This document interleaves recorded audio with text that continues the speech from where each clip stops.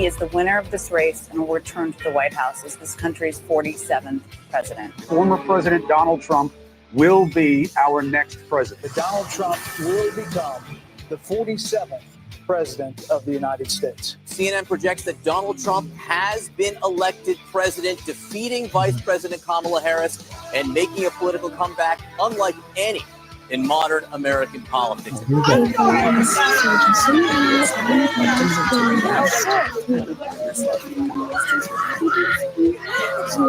Overnight, CBS projected Donald Trump the winner in Arizona, giving him a complete electoral vote sweep of the 7 battleground states. I have no interest in listening to a single Democratic politician ever again. In just 71 days, Donald Trump will be sworn in again as president of the United States. His comeback victory, unlike anything we have ever seen in American history. The bottom line is, no matter where you looked on the map, Kate Baldwin, no matter where you looked, Donald Trump was improving on where he did 4 years ago. Just take a look at the final results. With Arizona now projected for Trump, he locks in a sweeping victory in every single battleground state. He looks like he's going to be the first Republican to win the popular vote since George W. Bush. He literally goes all the way back through history and breaks history. I think the more relevant question actually is, what is wrong with America? You okay? I think I'm okay. Tell me what you're thinking. Well, I'm so proud. We were prepared for all scenarios. And each one of those scenarios, it was, how is Donald Trump going to finagle his way back into the Oval Office? And it turned out he used our electoral system as it is designed. And in that moment, I thought, whoa, I was wrong. We'll continue to be wrong.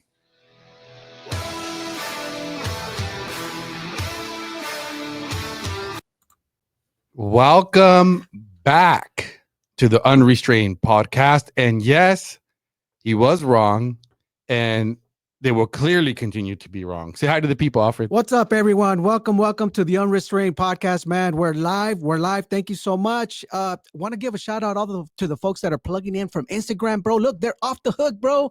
They're coming in hot. And so we want to welcome each one of you to the Unrestrained podcast. Yeah, so Alfred did the switcheroo on me here. We are normally on Mondays, but it looks like we're moving it till Tuesdays until Alfred decides to switch it again. But but it's all good, guys. We'll be here on Tuesdays now, going live like we have been. All good, guys. Don't forget to go to our YouTube channel, which right now we're only on YouTube, and it's Unrestrained podcast. So if you guys can help us out, Unrestrained podcast on YouTube, and you guys could go in there, like and subscribe. We're live on the Lexit platforms right now, which is awesome. We're really thankful to Lexit. We had Jesse Holguin last week. That's we right. had an interview with him, so you guys can go to our YouTube channel on at the Unrestrained podcast, and you guys can see that video from last week, which was off the hook. Really good conversation with Jesse, the founder of Lexit. Just wanted to touch bases with him. I asked Alfred, hey man, why don't you text him, see if we can get him on and have a conversation, because, you know, like we discussed on that podcast, Latino males, I think he said 55% and I said 53%, but regardless whether it's 53 or 55%, of male Latinos voted for Donald Trump, which played a big role in his victory. And I think that Jesse and Lexit clearly have something to do with it, because they are probably the biggest voice for the Latino community that I know of. Anyway, you guys can correct me if I'm wrong in the comments, but yeah, we see the comments flowing up there, man. Off the hook. Actually, you know what? Also, just really quick, for some of you that are new to this, what is this all about?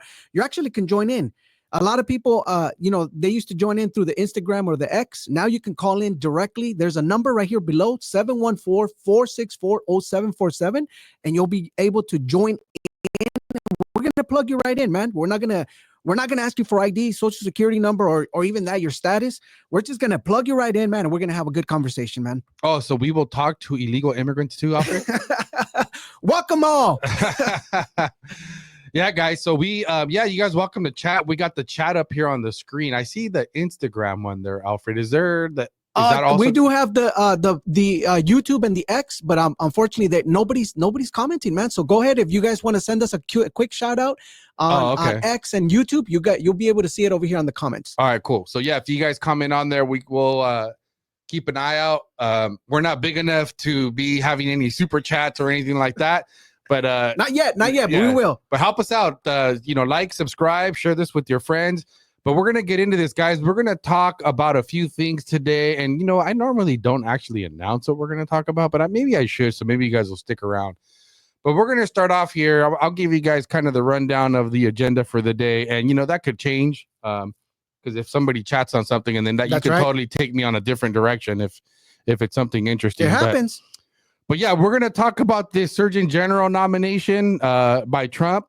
What my thoughts are on that. I'm sure some of you guys have heard the concerns there. We're going to talk a little bit about Matt Gaetz, what's going on with him, his Jim Patronis, who apparently is somebody who is looking to take his seat in Congress. Mm-hmm. And we're going to also go to look at some clips of some liberal, what her name is, Tiffany Cross and Angela Ray.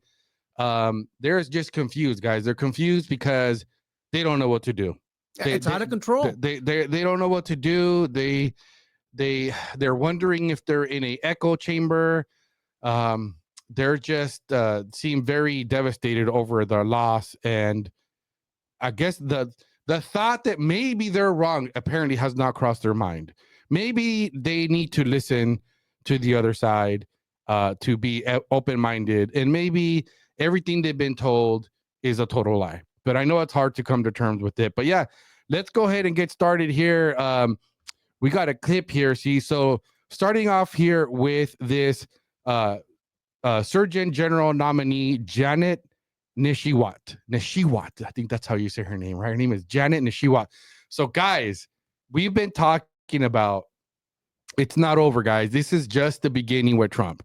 If you guys have been listening to the podcast, I've warned, Trump, my concern is that he does not learn from his past mistakes. And already we're starting with this, trust the plan. Remember, do you guys remember the first term, the first 4 years is Trump plays 3D chess and we need to trust the plan. He's way ahead of them. And if that were true, then how did he get deceived on COVID the first time? How did he get tricked into never firing Fauci and allowing the government to shut us all down, put masks in our faces, and shut down businesses, all that stuff. Okay, if he was a 3D, how did he end up getting the election? Or I don't know if we're allowed to say this, but what unwon from him, unwon, we'll call it. Okay, how did that happen? If he was a 3D master chess player, okay, let's not, guys. Look. Trust but verify. Let's do that. Like Ronald Reagan would say, right? Let's trust but verify. I am not going to fall for, and I never did, into this 3D chess narrative that trust the plan here, okay? Because then what happens is nobody does anything about it. Nobody's going to complain. Everybody's just going to trust that in this case, Janet Nishiwat is actually a good nomination. No, we can't do that right now, guys. We cannot allow this mandate freedom hating woman to be the Surgeon General of the United States. Bro, I was shocked not that it wasn't Ben Carson. Shocker to me that Trump, like you mentioned, man. I'm getting red pill by you, bro. Every time you say, every time you say to me, like, but look, you got to look at this. I'm like, what is Isaac talking about? You know what I mean? Like, Trump is doing this solid. He's got the upper hand. I'm looking at all this and I'm exactly what Isaac is talking about. Chess pay. I'm thinking that, Trump is doing fantastic. You know what I mean? But then Isaac comes along and brings in this, well, isn't this funny? Well, and he shows videos like this, and I'm kind of like, yeah, you're right. Before we play the video, guys, there's this article, that I found here about this. And thankfully, look, guys, it's not like I'm a genius. It's all over X. Sure. Okay. Yeah. It's being called out because, see, this is the difference between us, when I say us, meaning conservatives, the MAGA, right? Let's just say MAGA, right? Because to me, MAGA isn't necessarily I'm not a Trumpster. Like I don't idolize the man, right?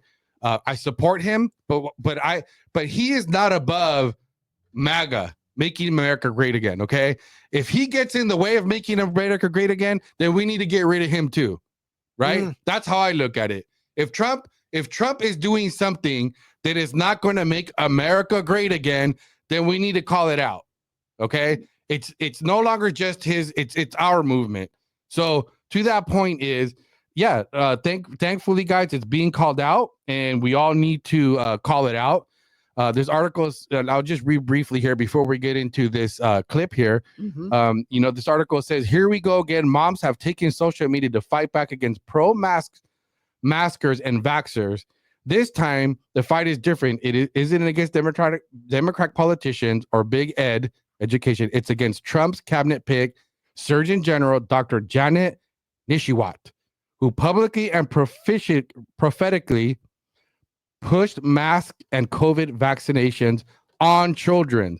Moms, many of whom voted for Trump November 5th on the promise of never going back to 2020 and 2022 aren't fighting Trump. They are trying to protect him. I would disagree with that. We need to fight him because guys, maybe I'm just naive. I don't know how these things work. Okay. Like, I don't understand how Trump does not know about this. In other words, no matter what, the buck stops with him. So if there's people making these nominations and he's allowing this to happen, then it's on him. We see that he's very active on social media, and that he watches the news all the time. Okay, so I have a hard time believing that he does not remember this woman.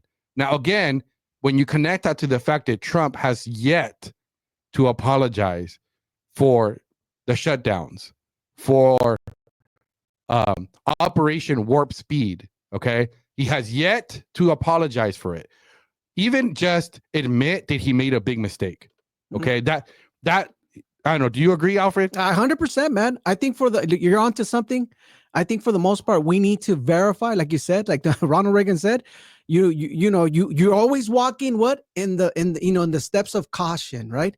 You just don't know. You can't, especially when you remember power, the power changes people. So I've seen this a lot in the past where power, changes a lot of people, and especially rulers, especially presidents. Think about it, man. What happened with Joe Biden? You know what I mean? It changed him completely. He was in control, been in office, and look what happened. Yep. What is this? Hold that one right there. This is Mermaid Doc Mommy. Is that what that says? Mermaid Doc Mommy. Watch what movies are coming out this Christmas season. Wicked, Mufasa. Well, I don't know. Bonhoeffer. I don't know. I guess she's saying Hollywood attempting to draw correlation between Trump and villains. Yeah, I mean, that's just the norm, right?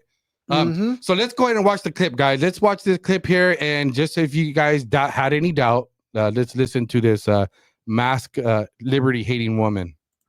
Well, let's take a look at what we're dealing with right now, Alicia. We are dealing with a severe outbreak with Delta.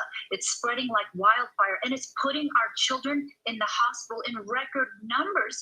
The coronavirus, this Delta strain, is affecting the younger population. We see more hospitalizations with those under the age of 50 and our children. And we now are running out of ICU beds. If you look at Arkansas, Alabama, Louisiana, Tennessee, we are running out of hospital beds. We are running out of ICU beds. The healthcare system is strained. So when we are dealing with these types of situations, we need to take action. And that starts with protecting everyone, because everyone is capable of spreading this virus from one person to another. And remember what happens when the virus spreads, it replicates, and then it has the opportunity to mutate. And that's when we see these stronger variants like Delta that are harder to control.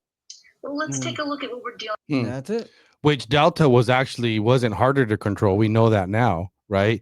The real doctors out there were talking about how these viruses, as they mutate, become less deadly, right? They become less deadly. They become more contagious, easier to catch, but less deadly, and the symptoms are milder. And we saw that play out. But the other one, not that one, Alfred. There was the other one that I sent you. Yeah, there you go. No, you were over it. You were over it. Hold on. Let me remove this one. Yep. Yeah, we got another video. Alfred will pull it up.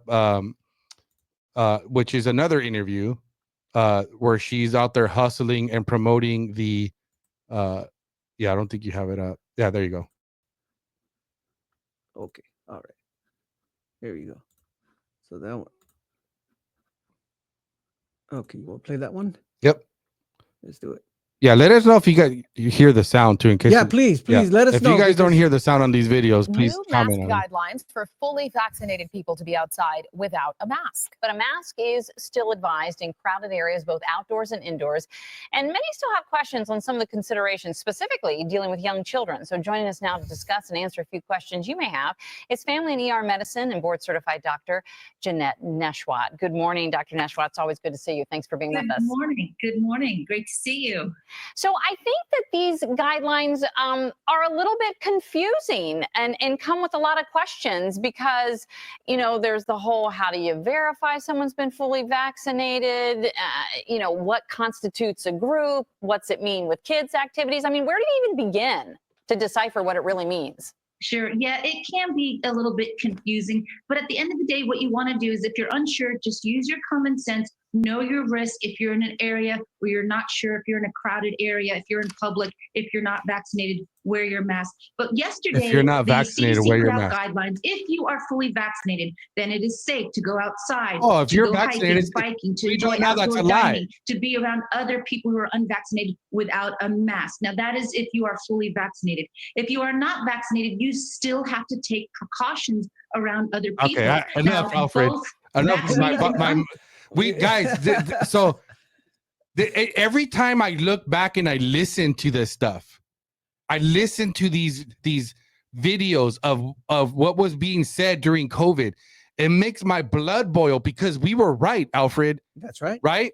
We were right and they were wrong. And so here we have Trump trying to reward this woman by giving her this position when, in my opinion, this woman, her medical license needs to be taken away. This woman should not be practicing medicine ever again, guys. I thanks, Maria Christina, for confirming the sound is good. Awesome, appreciate it. But it make thumbs up if it makes put a thumbs up if it makes your blood boil. Every time you go back and you watch any of these vaccine hustlers, mask hustlers from back in the day, and now pretending like this never happened. No accountability whatsoever at all. And that's one of the biggest problems I think that we're seeing, man. We're seeing everybody taking it out to X and saying, be careful. Because again, we have like Laura Loomer coming up and saying like, hey guys, the only reason why people are crampling to Donald Trump, and these are the same people that, that were, in some way or another, they were the ones who were okay with max, okay with the vaccine, okay with, masks. It's okay with, giving up, your rights for the safety of others and even grandmas. Remember? Right. Do you guys remember that? Where everybody was getting tested every single week? Well, these people were wrong. Yeah. You know what I mean? And now we have data to prove it. And they expect you to, forget the media cycle. Like it's too many cycles ago that I was for this, right? Yeah, and the problem is that people do forget. Thank God for X and for social media, and all we need to do is go on there to be reminded of this stuff. Because if you go on X, I mean, you're seeing this being called out right now. But the pressure needs to be put on Donald Trump to withdraw this nomination, like immediately. This woman, the new attorney general, whatever, I forget her name. Yeah, Pam Bondi. Pam Bondi needs to be investigating her. She right. That I want to. Well, I actually have beef with that one too, brother. Remember, Pam Bondi was actually the one. You can't forget, man. You can't forget that in 2012, she was the attorney general for what? For Florida, right? And she was in charge of remember, she was in charge of not only was she an attorney general for Florida, yeah, but she was, do you guys remember that one case where Trayvon Martin and Zimmerman? Do you guys can't forget that she was in charge of that case? I mean, even that, she was in charge of the prosecutors and stuff. She was involved. She was overseeing some of these things with the prosecutors. Yep. So I have a question about that lady as well because of 2012. She was involved. She was actually the attorney general for Florida. Yeah. And now we're supposed to forget. And she's we got Second Amendment issues with this woman. Okay. She's not even Maria Cristina. This is what she says. Exactly. This is what happens, guys. This is what she wrote right now. This pick is one of the two that I'm not happy with. I am trying to trick myself into believing Trump has a very good reasons. I would rather not lose hope. Sorry, Maria Cristina. LOL. But okay, if we think this through logically, Maria, this is what I'm struggling with. 100%. Like, why do we have to convince ourselves? We know there's better options, right? We know there's better options. I don't know what your other one is. You could put it on there, Maria, but my other one is, I mean, I'm a little worried of the new AG. What's her name again? Pam Bondi. Pam Bondi. I'm like, oh, okay. I mean, we got Ken Paxton from Texas. You know, this guy has been. There's Rudy Giuliani. Matt, the only guy that I would say is equal or would be even better, but I mean, he's older now, right? Would be Rudy Giuliani. Well, the problem with Giuliani, put the freaking havoc. Can you imagine? The problem with Julie Giuliani is that he's on the lawfare right now. You know, he's getting pummeled. You know, pardon his court, immediate pardons. His court. Well, he's actually been disbarred because of the situation in Georgia. You know what I mean? Right now, he's having a struggle, to release keys. Well, what do you think would happen if he became the Attorney General of the United States? All that would go away. Well, but of course, probably. Oh, 100%. I think overall, the pardon to Julie. Come on, this is the mayor of America. This is the guy that was there on 9/11. You know what I mean? Yeah. This is the guy. This is the guy I remember that he stood firm in the toughest moments of the United States when we had a terror attack in this nation, and he stood there and he just he did a fantastic job. The only excuse I can accept is his age, and Maria to Ben Carson. I agree. I'll say for him. Like, right? It's these guys are older in age now. Yeah, and that's not a total disqualifier for me. But we do have other options, and I think the key here is that we want to get young people in because it's going to take years to drain the swamp. So so I think that we definitely age has to be a big factor here, not the main factor, but a big factor. But Maria, good news, we do have other options. Yeah. Let me remind you guys of. I mean, I don't know if she's not qualified, but to me, the fact that she stood up is Simone Gold. Simone Gold, right? She was the founder of the if you guys remember, America's Frontline Doctors. Yes. I'm going to remind you guys of her. She was a Beverly Hills physician. Let's play this clip, okay? This is who any one of the people standing in either herself or behind her. We got some options there. Well, I wish I could have found the clip of the black lady, man. She was fire, if you guys remember back then. Okay, I got other candidates there for this Surgeon General position. Okay, they should be getting a call from Donald Trump instead of this vaccine hustler over here. 100%. Became widely known from her appearance in a video that went viral last year. She and a dozen doctors stood on the plaza of the U.S. Supreme Court and raved about hydroxychloroquine as a cure for COVID-19. Last week, she was at the U.S. Capitol giving a similar speech to the mobs inside. There are many thousands of physicians who have have been silenced from telling the American people the good news about the situation, that we can manage the virus. This is Dr. Simone Gold in a video from July that got more than 14 million views. It features a dozen doctors from her organization called America's Frontline Doctors, all advocating for treatment of COVID using hydroxychloroquine. It was shared by President Donald Trump and some of his family members. YouTube, Facebook, and Twitter later took down the video for misinformation on COVID-19. The fallout from then has been fast and furious. Yeah, go ahead. The other hospital I was working at fired Michelle me. Tower story. I could go ahead and read. I guess she ended up doing like 60 days in prison. Okay.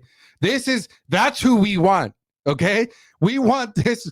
We want people that have been proven to stand up for freedom and the truth, right? That aren't going to be threatened, and you threaten them with their job and taking away their doctor's license, which I understand is a big deal. It's your livelihood, but it's not going to work. That's the kind of people that we need in this cabinet. And I don't think that we should be accepting anything less than that. We have no reason. We've been compromising for years, I mean, the other one's Marco Rubio, guys. I mean, like, what? I mean, I have a problem with that one, bro, because when you have the Shifty Schiff coming out in support of Marco Rubio, I'm out. I mean, that right there, to me, that's, too much. That's, that irks me because, we know that this guy has done this before. You know what I mean? Like he's backpedaled too many times. And here we are. Yep. Bad pick, bad call. Yeah. I'm glad you reminded me. You have Adam Schiff endorsing, super happy. That should scare the heck out of us, guys. That should tell you everything you need to know about this Marco Rubio pick. And there's no way. You guys saw in the clip, Trump knows who these people are. And again, I don't know if these people are qualified for that role. But can we agree that, let's say,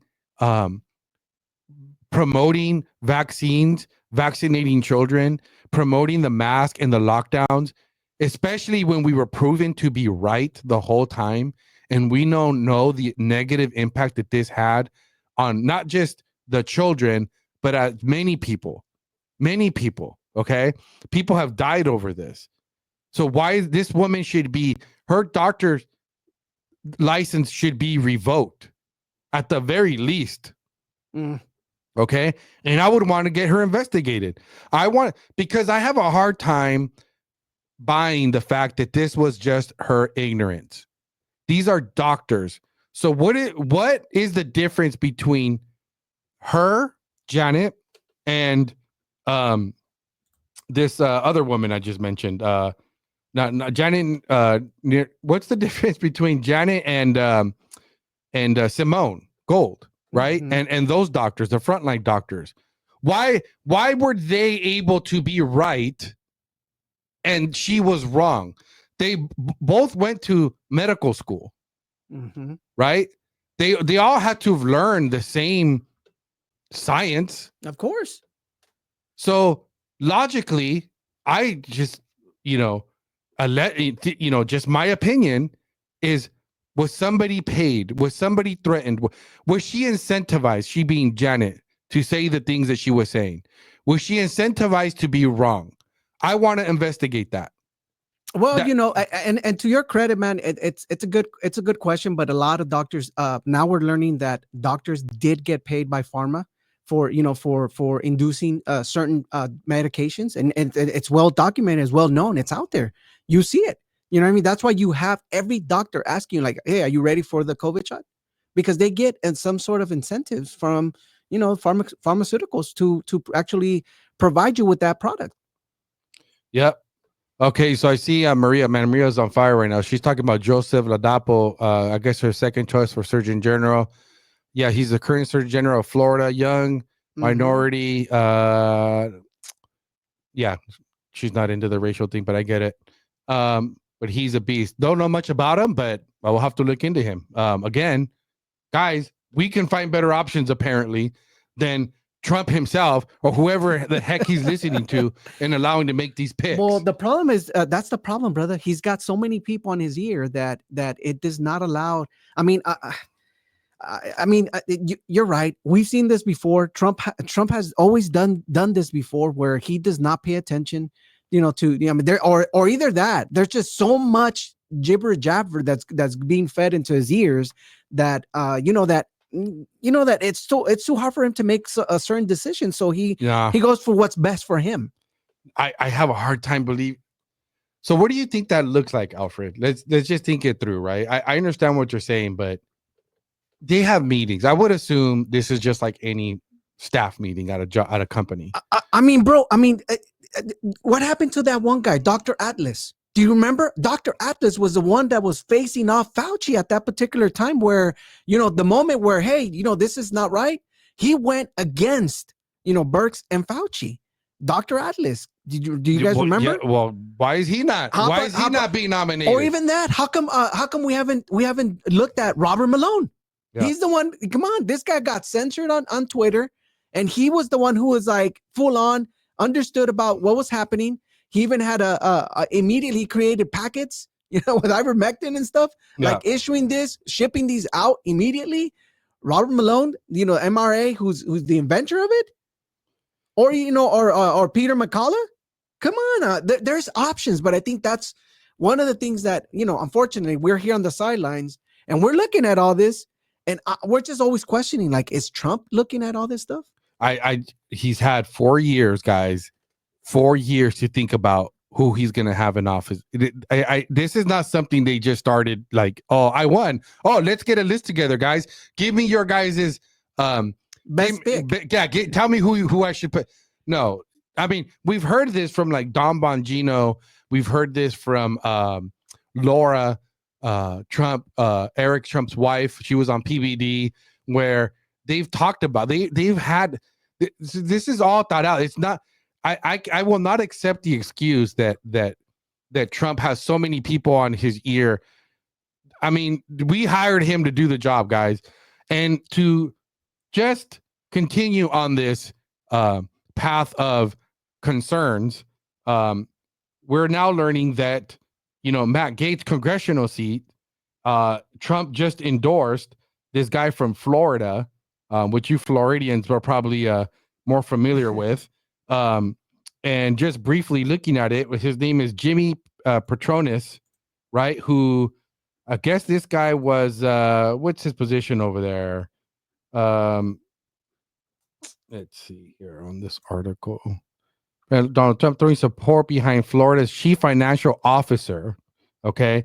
But this right here already, this part of, I'm going to just skip to this part where it says Trump said that Petronis had been a wonderful friend to me, even though Petronis did not endorse Trump in this year's presidential race until after DeSantis withdrew from the primary. Okay. That right there already is a major red flag. Yep. So let me see. Appears to be ready to take advice. Blah, blah, blah, Monday afternoon. Put me to work, Mr. President. I am here to serve. Yeah, right. I don't know who this guy is, guys. If you're from Florida, I mean, I guess you guys are more familiar. Is this guy a really MAGA-friendly guy? For me, highly suspect. Anybody who did not endorse Trump, and especially in the primary, and waited for DeSantis to drop out before he made an endorsement. I mean, what? How else can you explain that to me? Right? We know that DeSantis was the candidate for the establishment, without a doubt. Without a doubt. Okay. He was the establishment candidate. Yeah. All right. 100%. I mean, in fact, he was, funding from the WEF, the World Economic Forum. I mean, you hate to say it, but you got to say it. These people are, like you said, wishy-washy. You know what I mean? And you just got to be careful. And I know Floridians are out there saying this is the greatest, huge DeSantis backers. I don't know what much more, but I'm telling you, there's just a lot of things that that got exposed in regards to funding, certain funds that were being available to him, how quickly he switched. DeSantis has been a great governor, but unfortunately, as many people have mentioned, he's not a good debater. He's not likable. He's not anybody that you can have a cup of coffee, a good conversation. He's not somebody you can ride and have a good discussion with. And I think that a lot of people were able to see that. Other than that, he's been doing fantastic in Florida. He's been protecting the Floridians, so I'll give him that credit. Yeah. But in a sense, the backing and the funding, that's questionable to me. Well, the concern here is, Maria is posting on here. I guess she's claiming that I'm assuming she's talking about him, that he's a huge DeSantis backer. Don't know much more. Always take into consideration where they are from Florida, generally rich red state, but not all areas. But so he's a big DeSantis backer. We know DeSantis is a warmonger, right? He is pro-war. He is establishment. So I guess it's safe to say, and I don't know, because see, look, let me just back up a little bit here. I 100% enjoy a lot of the things that DeSantis have done when it came to on domestic issues. How he's pushed back against the ABC's agendas in Florida, his stance on immigration. He's done a lot of good things for Florida. He fixed the election system there. I generally don't have a problem with DeSantis other than the fact that he's a warmonger. The fact that him running against Trump in the primary. That's what Maria said. Yeah. Maria said that, she just said it would have been but bad decision on his part to actually jump into, a presidential race, given that, you got Trump who's building the brand of MAGA. And I think that was a turning point for him when he just exposed, he exposed the fact that he's weak, Alfred, and he can't be trusted, right? Yeah. And that the swamp can turn him into a puppet. Correct. That's what that proved to all of us. Right.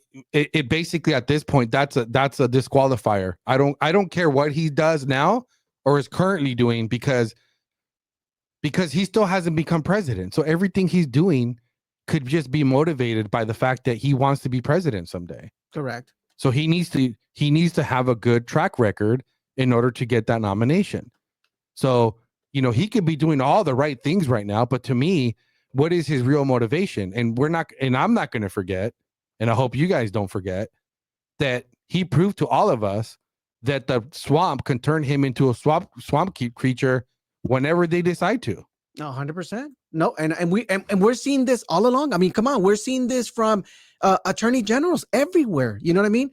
You have attorney generals that are just getting bait. They're I don't know why these people are not doing it for the integrity. And I'm sorry, I guess like you mentioned it, I could call me naive, but over the last couple of years, 3 to 4 years, I'm seeing how corrupt this nation is, man. I mean, I'm like, what the heck? I mean, we're worse than a third world country, if you ask me, honestly. Well, yeah. I mean, look at guys, we are. I'll cue up the Matt Gaetz thing, Alfred. We're seeing now really how bad it is, guys, with what's going on right now with Putin, and the fact that we are antagonizing him, right? And if there was any doubt in my mind that the United States government has been a tyrant in the world, where we have unjustifiably caused a lot of wars and a lot of people have died as a result of our government lying to the American citizen or to us as Americans in order to get us to back and support these endless wars.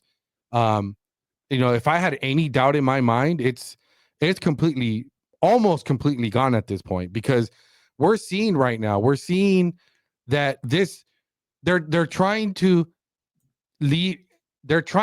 make it very difficult for Trump to just come in here now and end this war. They're trying to make this Russian-Ukraine war into World War III, right? And you see Putin, who we're told is this tyrant, unhinged, evil man, right? I mean, why has he not nuked anybody yet? right?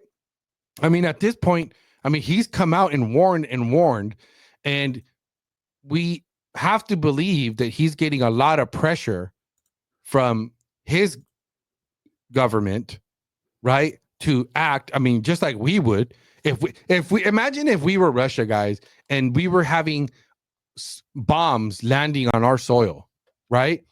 We would be losing our mind. Okay, we would be demanding that we would blow up whoever sent those bombs and everybody who supported them into oblivion. Okay. That's where we did it in 9/11, right?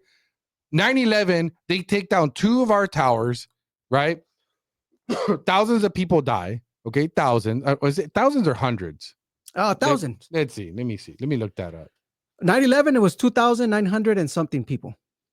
Are you sure about that? Yeah. Yeah. Okay. Look it up. Okay. Well, I'll let the chat correct you there, Alfred. I'm not even. Good thing that we have a lot of good fact checkers. Hey, really quick before we get going, man, I want to ask for a huge favor, man. Some of you that are just plugging in and you're just kind of like, what's going on here with Lexi? They're live. Hey, do us a favor, man. You're joining the Unrestrained podcast here every Tuesdays at 7 p.m., man.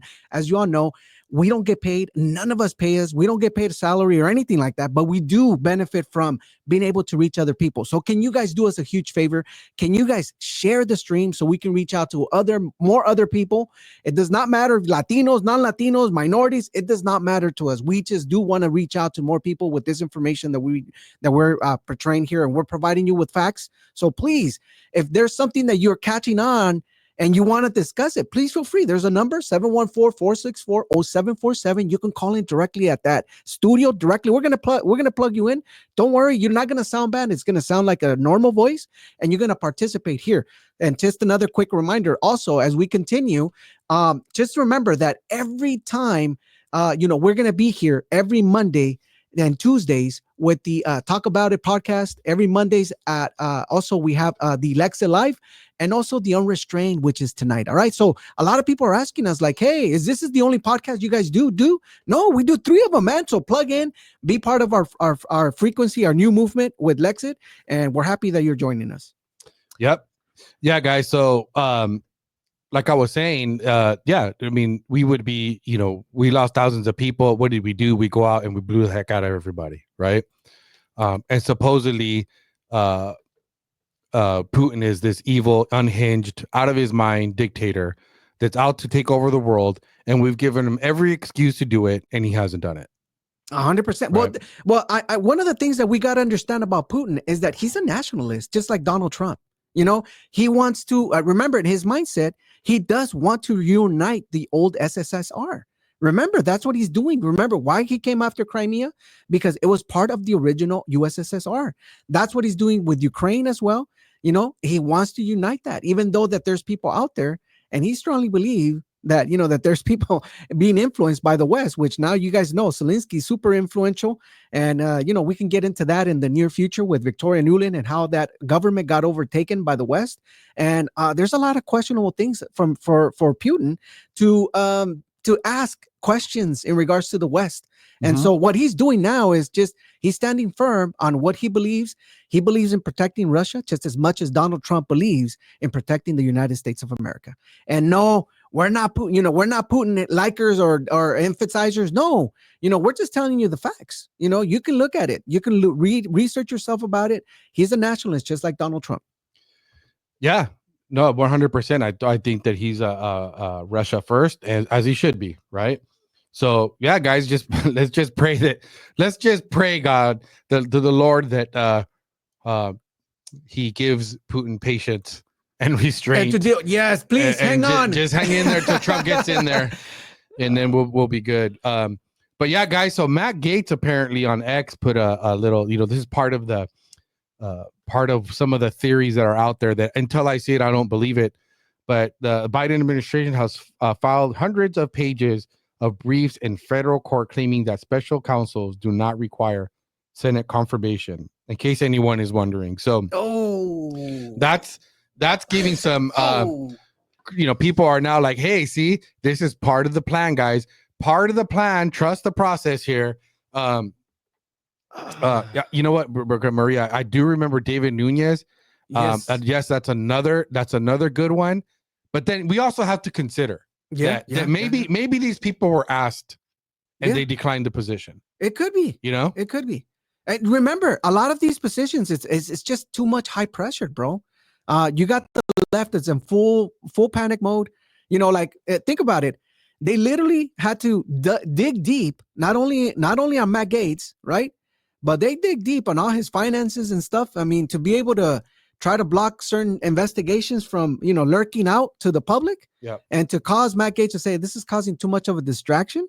I mean, these people are evil, man. These people are going to go and investigate every single piece of your personal and private life, So a lot of people can't handle that pressure, especially if you are in DC, where what's going on in DC, what happens in DC stays in DC. You know what I mean? Yep. Mr. Bowen, the top. Welcome, brother. Appreciate you joining us. Thanks for everybody joining in. Looks like we got a pretty good crowd today. Yes, sir. Yeah, guys. So you can on Instagram, we got 7. What is it? 7 times it says every country should be their own country first. That's why I don't understand why they blame Trump for doing the same. I don't think you're onto something. 7 time. I think what it is it's not everybody. I think it's for the most part the people on the left. These are the people that are the empathizers that dislike Donald Trump because of what they've been propagating or what they've been being fed through the propaganda. These are the people that don't like Trump. So anything that happens, think about it. What's going on right now with the immigration? How dare you going to take away, you're going to remove people, right? Well, did they break the law? Yes or no? By crossing. Yep. Did they break Title 8, Section 1324? Did they break it? That's why you have all these, mayors from Arizona, from Denver saying that we're going to stand the line and we're going to stole them back. Okay, then you're breaking the law. You're embedding, the criminal. Somebody is breaking. 2 wrongs don't make a right. Right. And I think that once people start getting educating themselves, you'll start seeing that, hey, it's the right of a country to protect its borders. Come on. Yep. No, 100%. But, we also consider too that, not only there's a bigger picture, right? Obviously there's global agendas, sure. And global interest that are influencing and influencing our country because there's a plan. I mean, if you look at, if you don't want to believe in this whole, conspiracy of trying to bring in a one world government, the whole, say the Alex Jones mentality, right? The narratives that Alex Jones throws out. Even if you think, okay, that's just too crazy, that's too far out there, right? I mean, at the very least, we have to think this logically that all of these military manufacturing, the known as the military industrial complex, right? Mm-hmm. All of these companies that benefit from war, they have a lot of money. What are these guys supposed to do, guys? I mean, why would we not? Why is it foolish to believe that without war, these people don't make any money? There has to be war, mm-hmm. or there is no sales. I mean, if you have a business, and you're, you say, what do you think they're fight, yearly, like at my company now right now, we're doing our year budget for next year, right? Mm-hmm. And we're having to go through all the companies that do business with us. What's the revenue? What do we think we're going to make, project, and all that stuff, right? What do you think what do you think is going to happen? What would happen at Halliburton or Boeing? War ends and they're like, well, yeah, guys, so there's no war, so revenue is going to be down like 90%, yeah, so fortunately we're no longer shipping, arms to Ukraine. The government's no longer buying. So what do you think? What do you think they're told? I mean, what are those? I don't know. I mean, I could just tell you in the business I'm in, they're going to go straight to the sales guys or, the appropriate person and say, appropriate people that are responsible for generating business. Mm-hmm. Guys, you guys need to get out there and you need to make it happen. They don't want to hear any excuses. You know? Right. You get out there and you make it happen. So if you work for one of these arm manufacturers, I mean, what does making it happen look like? I mean, what do you do? If you're in these companies and you're responsible for generating revenue, my guess is you're lobbyists and you're like, hey, we got to get out there now and we got to start talking to lobbying for something to go down, because that's how. I mean, what else can they do? What else can they do? Right. Actually work. I mean, think about it right now. Yeah, you can work, but what are you selling? You gotta sell your product, and your product is guns, ammunition, and bombs. Exactly. That's aircraft, true. tanks, right? That's your product. So unless their product is needed, then you're not selling anything. That's true. That's 100% true. And without war, who needs your product? So, I mean, that's just logical thinking. But right now, I think overall, man, the logical thinking has been thrown away out the window, bro, in the last 3 months. Because what we saw, bro, we just saw the reaction of how a government just, flat out, just no common sense. Yep. Shut down, vax everybody, mask everybody, 6 feet distancing, right? No common sense. And here we are, people with common sense just saying like, bro, like what is going on here? The Twilight Zone here. What is happening? Like we, those that continue to worked, right? Continue to show up to work, right? Mm-hmm. Those that were essential, those that were scared and frightened, work remotely, right? That's why you have a huge government, armada that, that's working still from home, and they're screaming in the top of their lungs because over the last 3 years, they've been sitting at their home, pampering themselves with Starbucks and all these other, great luxuries, ordering stuff, right? While buildings are empty. You know what I mean? And the taxpayers are paying millions and millions of dollars to keep the lights on, to pay the staff to be there to look at this empty hallways and stuff. And now that Donald Trump is coming back and say, hey, enough is enough. We got to get this country, let's what do they call it? Let's unite. Let's start working. Let's make this America. Let's make America great again. And you hear the other side completely shattered, heartbroken. Yep. This is holding them accountable to show up at home. I mean, to show up at work, it's kind of like, they're in complete shock. You know what I mean? Complete shock that they're forced to come back to work.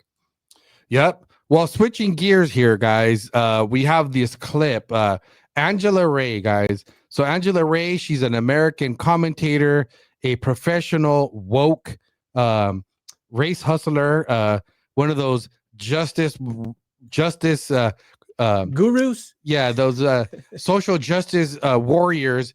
And I saw this clip, on this podcast, which I don't even want to announce it, but well, yeah, I guess it's called Native Land Pod. And she breaks down in tears here, and because these people are very confused. They don't understand. Like, why does everybody else not get it? Why are these people voting for Trump? They're just totally confused.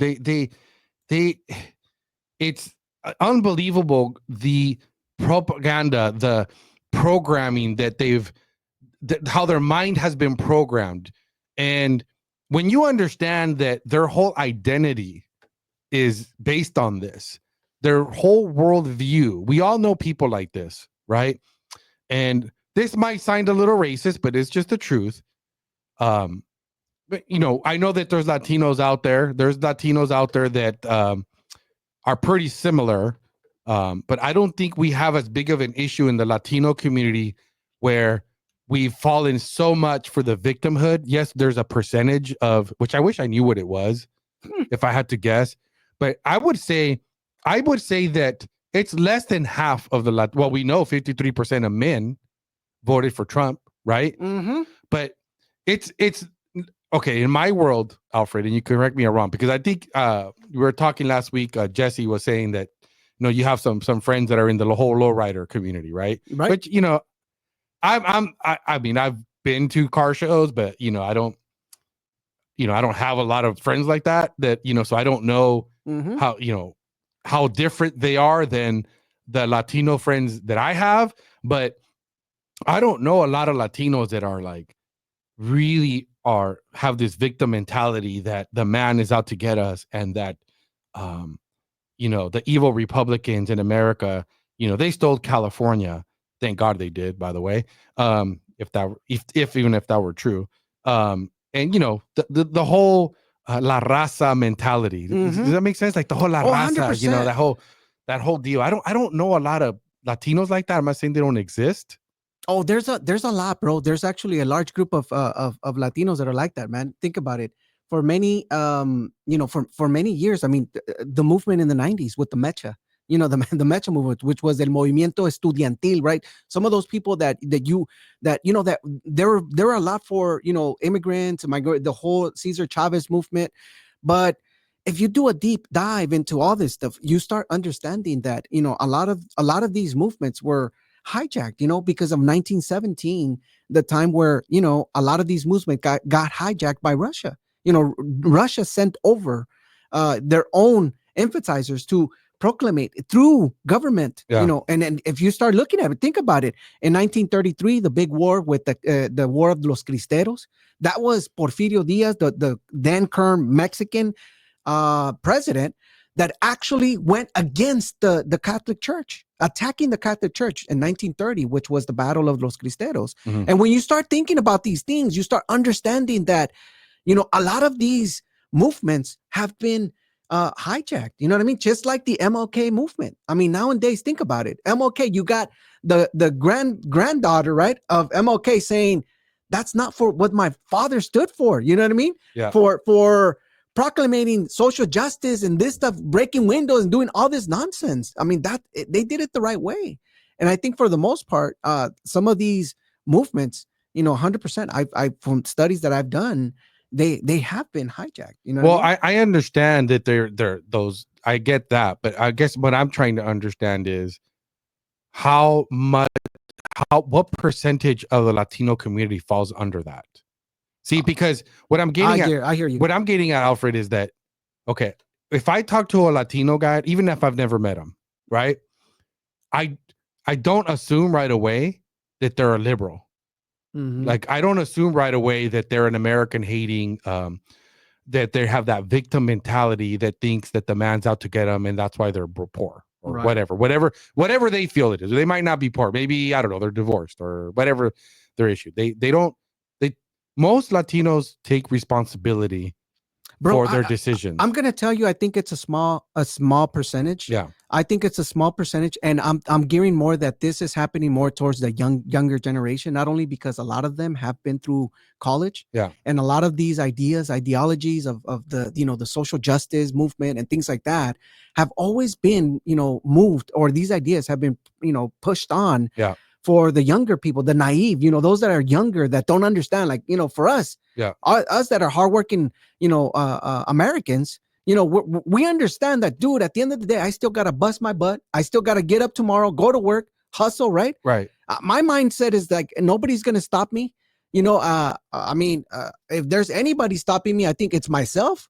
I don't see. Yeah, it doesn't cross your mind that the system is against you. Exactly. Like for me, I'm never thinking that way. Right. I think that's one of the things that a lot of people. I guess that I was getting. Sorry to cut you off. I guess that's the easier for me to ask the question is that most of that I don't know any Latinos actually myself that have this mentality that the system is out to get them. Right. The systemic racism, let's say systemic racism only applies to Black people. You know what? To be honest with you, bro, I think a lot of, you see, it's very rare. I think that's one of the things that if you do actually ask someone, have you experienced it? It's very rare that you have someone that actually experienced racism. Like for myself, I never had anybody come from any other race. I felt it more from my own race. And that's a shocker, right? But a lot of you, sometimes you feel that despair from your own people, because the way you think, because of your religion, because of, of who you are, maybe financially, you know what I mean? I see this more with my own than any other, race. Yeah. Well, let me just reply here to Crash Out Chronicles. He comment, that's a cap. If you all take so much responsibility, why won't you all stop your cartels? Your whole, I think he's saying homeland, is ran by drug dealers that y'all never speak, and y'all only focus on Black Americans. Actually, Crash Out, if you listen to my podcast, if you listen to the past episodes, I actually call out Mexico for this constantly. 100%. So first off, I was born in America. Yes, I'm from Mexican descent, but Mexico has done nothing for me. I mean, I'm not Mexican. I'm American. 100%. But to your point, Crash Out, I agree with. I think I agree with you if what you're saying is that Mexico and Mexicans need to, yes, take responsibility. So to your point, you are correct. I would say that a lot of the Mexicans, meaning when I say Mexicans, I mean people that live in Mexico, were born there and are from there, rather than blaming America for everything, and rather than illegally coming here and, breaking laws or what have you. I'm not saying all of them do. I'm just making general statements. Yes, they should thrive and push to make Mexico great again. Just like Canadians, 100%. right? I Or agree. Haitians, right? I mean, all these countries. I mean, all these people that are coming from all other. We should be the ones. Yes. We should be the number ones that are pushing, for making other countries great again. Yes. Because guess what? If they make Mexico great again, then what happens? Everything stays home. Everything's homegrown. Everything is, everybody's good, right? But what happened? Everybody's leaving because what? Because of corruption. Because of everything that's going on in their own country, people can't survive and they can't live. So what happens? They want to come for a better America. And unfortunately, right now is not the time. We're overworked right now here. I mean, think about it.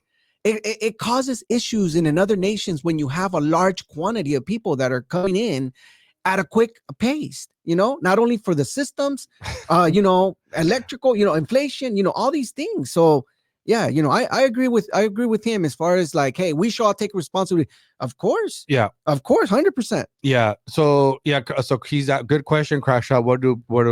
So you go to YouTube and subscribe to the Unrestrained podcast. And you could go back to the episode from last week where we touch on this with Jesse Holguin, the founder of Lexit, and you could go back and watch all our other episodes. Might as well. Yeah, you might as well watch all of them. You will hear because I bring this up here and there. Not I want to say often, but it comes up often. Correct. But yeah, I mean, if in Mexico, what they complain about is that we send weapons to the cartels, which they're right. Operation Fast and Furious, which was Obama's operation, and we got caught with sending weapons to the cartels, which we found out when there was all those killings that took place in Juarez. Yeah. And they went in there and they started identifying all these weapons that were traced back to the United States and to that specific operation, Fast and Furious. So yes, that is, I would say, a legitimate complaint by the Mexican people. But a lot of people in Mexico blame pretty much every problem they have in Mexico. Like they blame their poor economy on America for whatever reason, which makes no sense because anybody that goes to Mexico, which I have family there and I go, so I understand everything you see there. If you see a nice house, if you see a nice car, I mean, that was all built with dollars. My parents' house, the cars they owned, they own there now. They only have them there because of American dollars. You walk by any house and you ask, hey, whose house is that?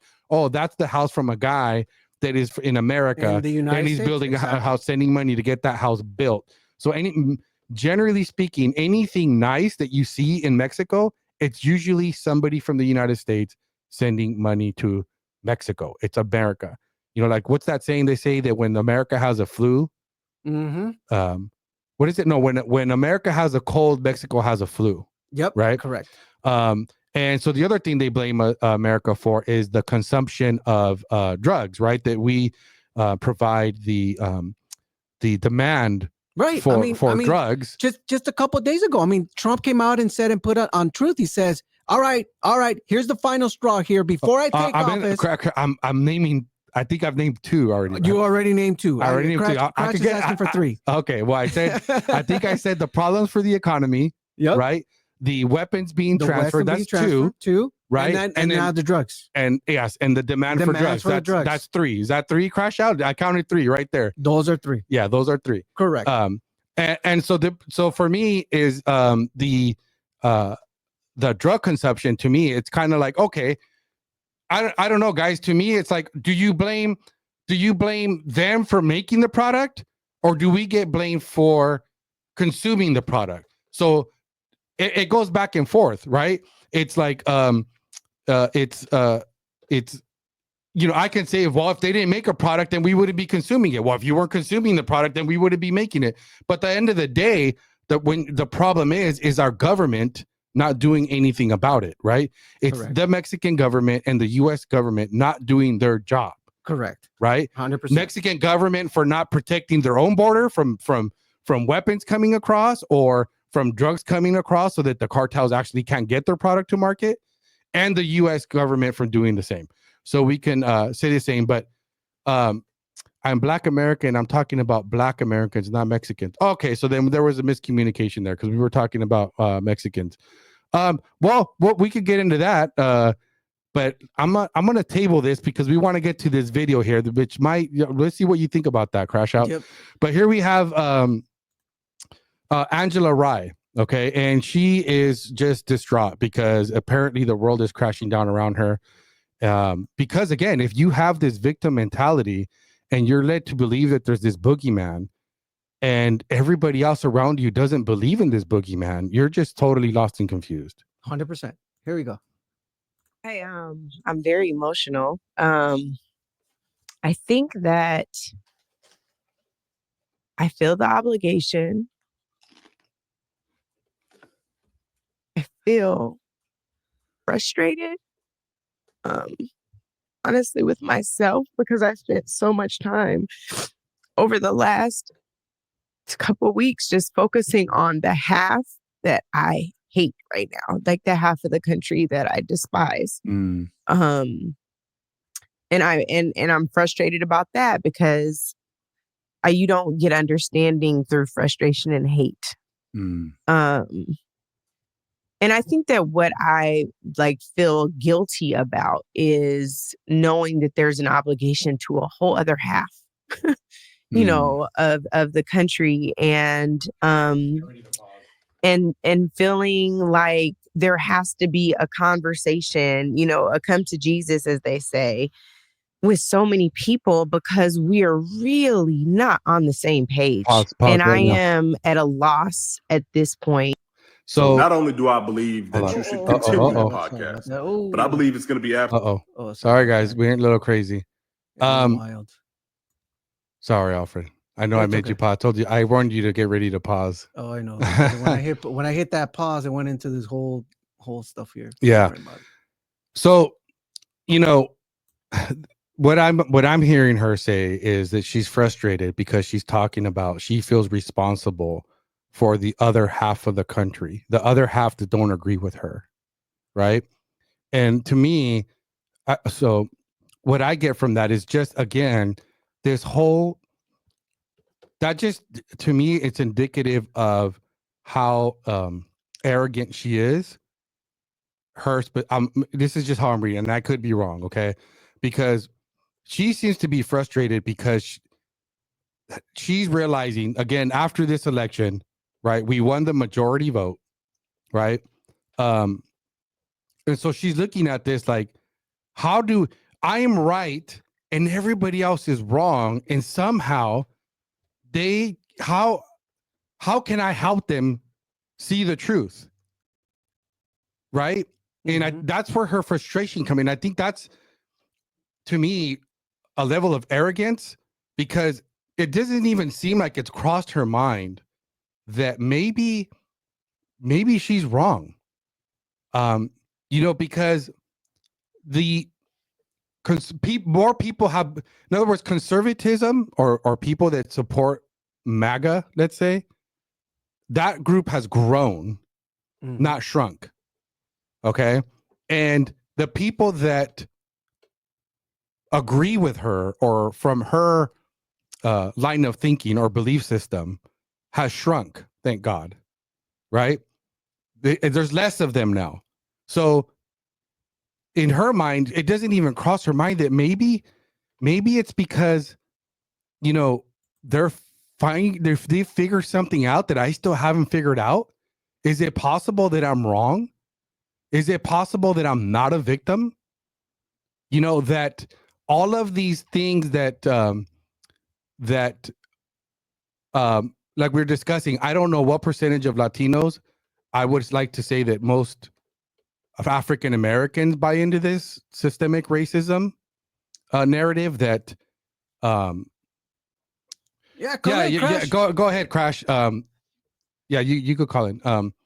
We're just trying to keep it brief because I don't know if we want to spend the whole rest of the podcast on this, but but it's fine. It's just that I guess, and then maybe I'll ask Crash.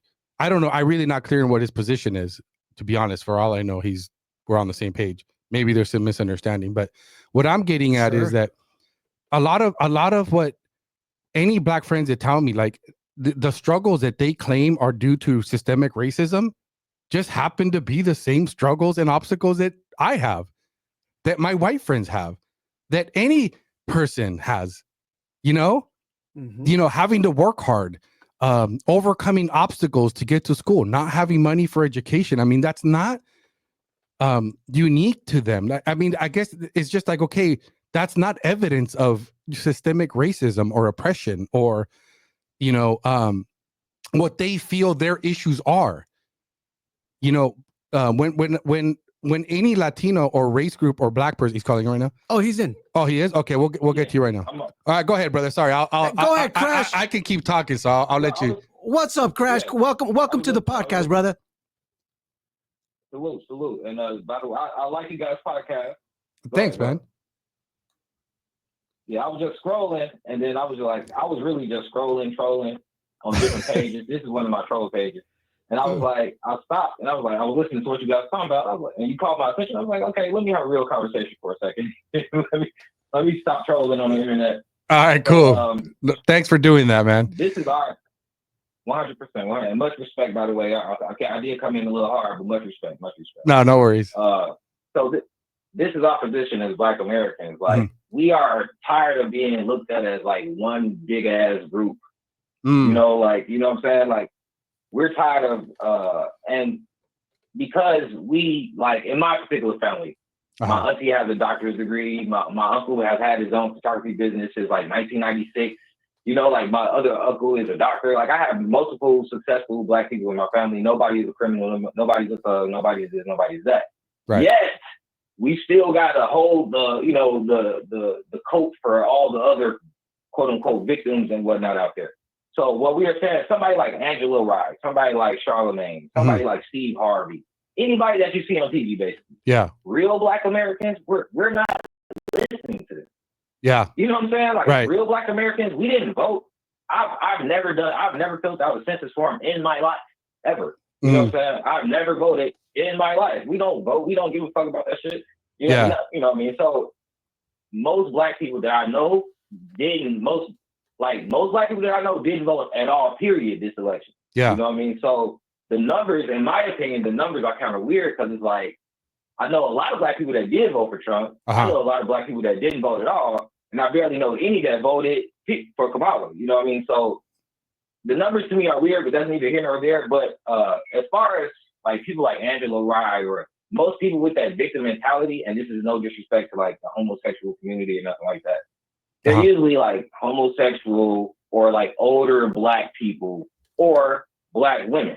But a regular, your everyday average Black man, we out here working, getting to it just like you. You know what I mean? We not worried about what the government doing. We not worried about what the thugs on the corner doing. We going to our job, getting our money, taking care of our kids, and you know what I'm saying, doing what we got to do. Right. So, we are just tired of the narrative of, it seems like other races kind of want to, like, and correct me if I'm wrong. It seems like we're the dumping grounds right now Like everybody just want to shit on Black America. Like, you know, let's just talk shit about them. And again, like I said, I don't watch your podcast. I'm newly subscribed, so I will go back and watch some episodes. But just when I scroll the internet and I'm just looking on the internet, it just seems like, you know, the comment sections and just different podcasts. It just seems like we're like a huge target right now as far as you know, just as far as like waving a finger at us. You guys need to do this. You guys need to do that. And we're like, hey, wait. Don't you come from, not saying Mexico in particular, but we're like, wait, don't you come from a third world country? Like, you know what I mean? Like, as a Black American, we don't have ties to any other country.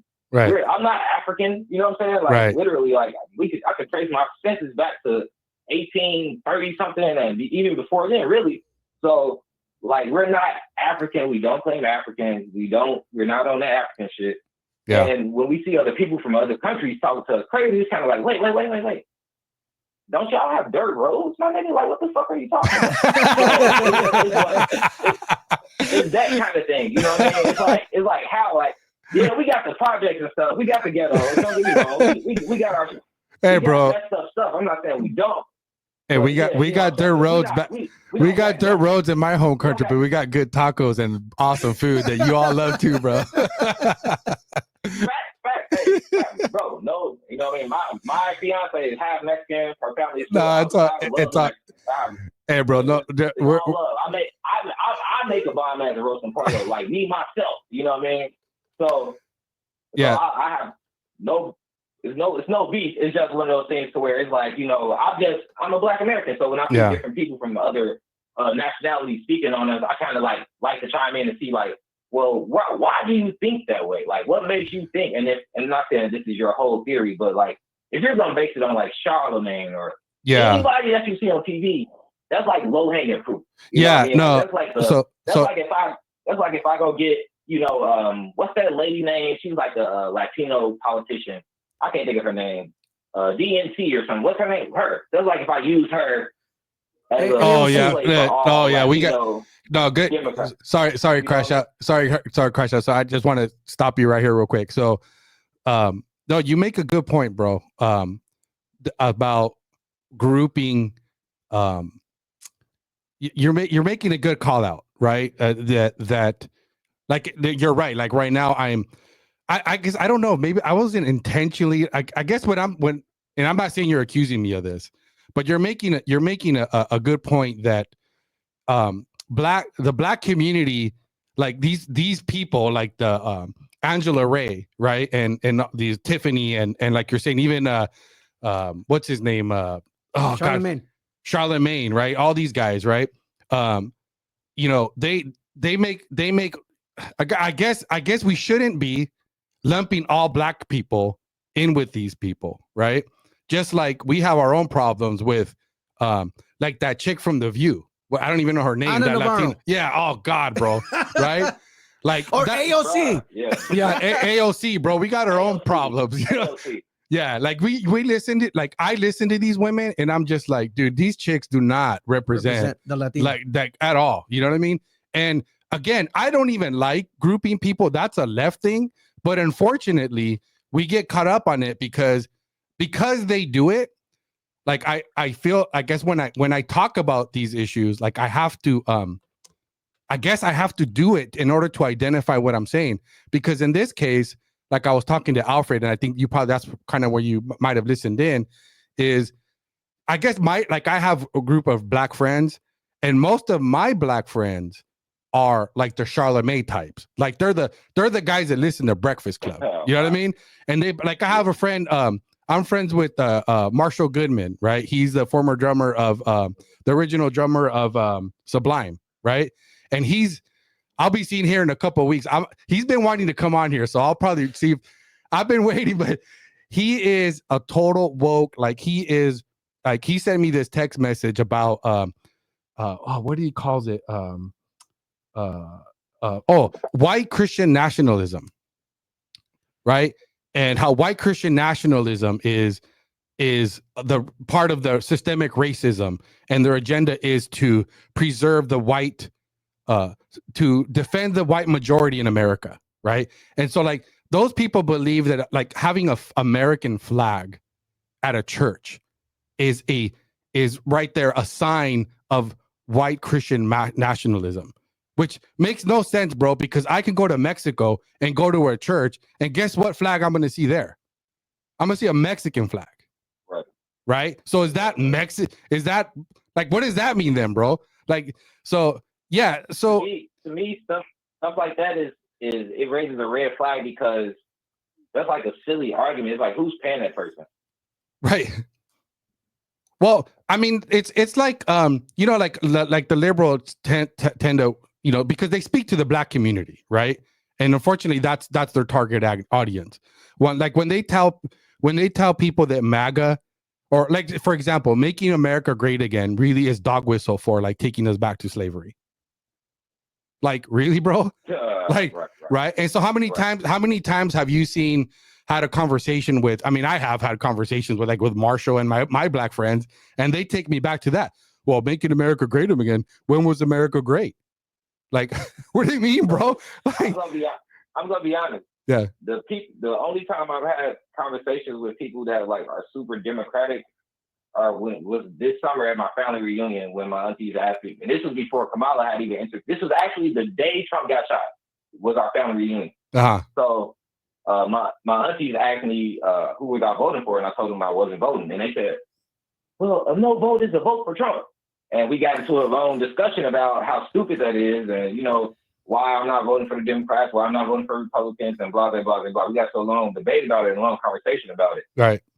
Since then, most of the people that the black people that I talk to, if I do talk to somebody that talks like that, I talk to them about it. Like, what do you mean? Like, the same way I'm talking to you guys. Yeah. You know what I mean? So, like, I'll ask them, like, bro, like, what have the Democrats done for us? Or why have you da-da-da-da-da? Or what is right? In fact, one of my managers at work, you know what I mean, her have a really good rapport. She's an older black woman, very quote unquote accomplished and everything. And she asked me the other day, like, no, she didn't ask me. We were just having a conversation. And she was talking about the election. She's like, no matter who you voted for. And I told her, like, I didn't vote. Right. She just looked at me like, and I was like, look, they wanted me to vote for Kamala. I told her this. I said, they wanted me to vote for you, but Kamala isn't you. I would vote for I'll vote for Candace Owens. You know what I mean? Like, I'll vote for a black woman. It's not about black or white or nothing like that. Right. It's about, what are you doing for America? What are you doing for my community? You know, right. Like, what are we gonna get out of voting for you? And that's that's where we're at right now with it. So there are black people, like you said, that are kind of like extremists, super liberal, super like weirded out about slavery and stuff like that. Like, I have seen some black people on the internet, not in real life, but on the internet saying, we're going to get deported. Black people. Well, you know, there is there's a lot of Haitians in Mexico, bro, actually, from when Obama was president. If you go to what state are you in? Indiana, no? Indianapolis. I'm from. Indianapolis. Oh no, bro. We're in California, bro. See, that's the difference. Yeah, okay, if you want to find the liberals, that's where we're at, bro. So this explains why your group, the group that you're around versus what we're around, completely different, bro. Yeah. Yes. Okay. Yeah. So I should have asked you from the beginning, because I'm like, bro, where's this guy's black friends from? Because they in California. Not really, I mean, no, I know. I'm just messing. Go ahead. And you guys, so if you guys are in California, for instance, you probably familiar with are you guys familiar with Tariq Nasheed? Oh, that name's familiar. He's from California. What is he? I use what do you say? He does like documentaries. He does like documentaries and things like that. Oh, no. Dinesh D'Souza? Dinesh D'Souza. No.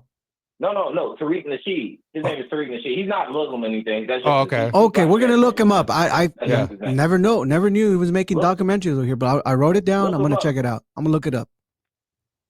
Look him up. Look up Foundational Black American. It's a huge. That's what we are. That's what real Black Americans are. And Tariq Nasheed is located and based in California. Okay. And so like he's happy. He's like, when they were doing the whole reparations thing out there and they crashed that out. Oh, Tariq Nasheed. Got it. Tariq Nasheed. Yeah. Perfect. Okay. Thanks so much, Maria. Maria's. No. Hey, so real quick, crash out. So you're making this is the point that I was making, actually, what I was trying to make is is that the reality is that like there's no, when you hear black people, because see, the reason I'm saying black people, the people on TV, these pundits, right? Like these liberal black people that come on, the race hustlers, when they talk about like Charlamagne, right? Like we need to vote for, they'll tell their audience, which is a black audience for the majority, right? Like you need to vote for your interest. Like you need to vote for our interest.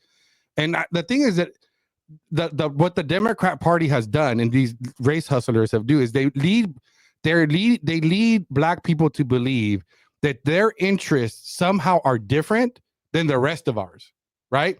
And basically what you're saying is, because like you mentioned, right, your family, you have doctors, you have successful people in your family. That's the reality of the world, right? You look around and you're like, and you listen to these people and you're like, bro, what oppression are you talking about, bro? What systemic racism? I mean, you're looking at I don't know if it was an uncle, he's a doctor, you're looking at another family member, successful business owners. A lot of black people are actually successful business. They're very entrepreneurial, right? That's just the reality. And so it's like they convince them that that's not real, right? Just like they wanted to convince us that Sleepy Joe was coherent and did not have any cognitive issues. Smarter attack, right?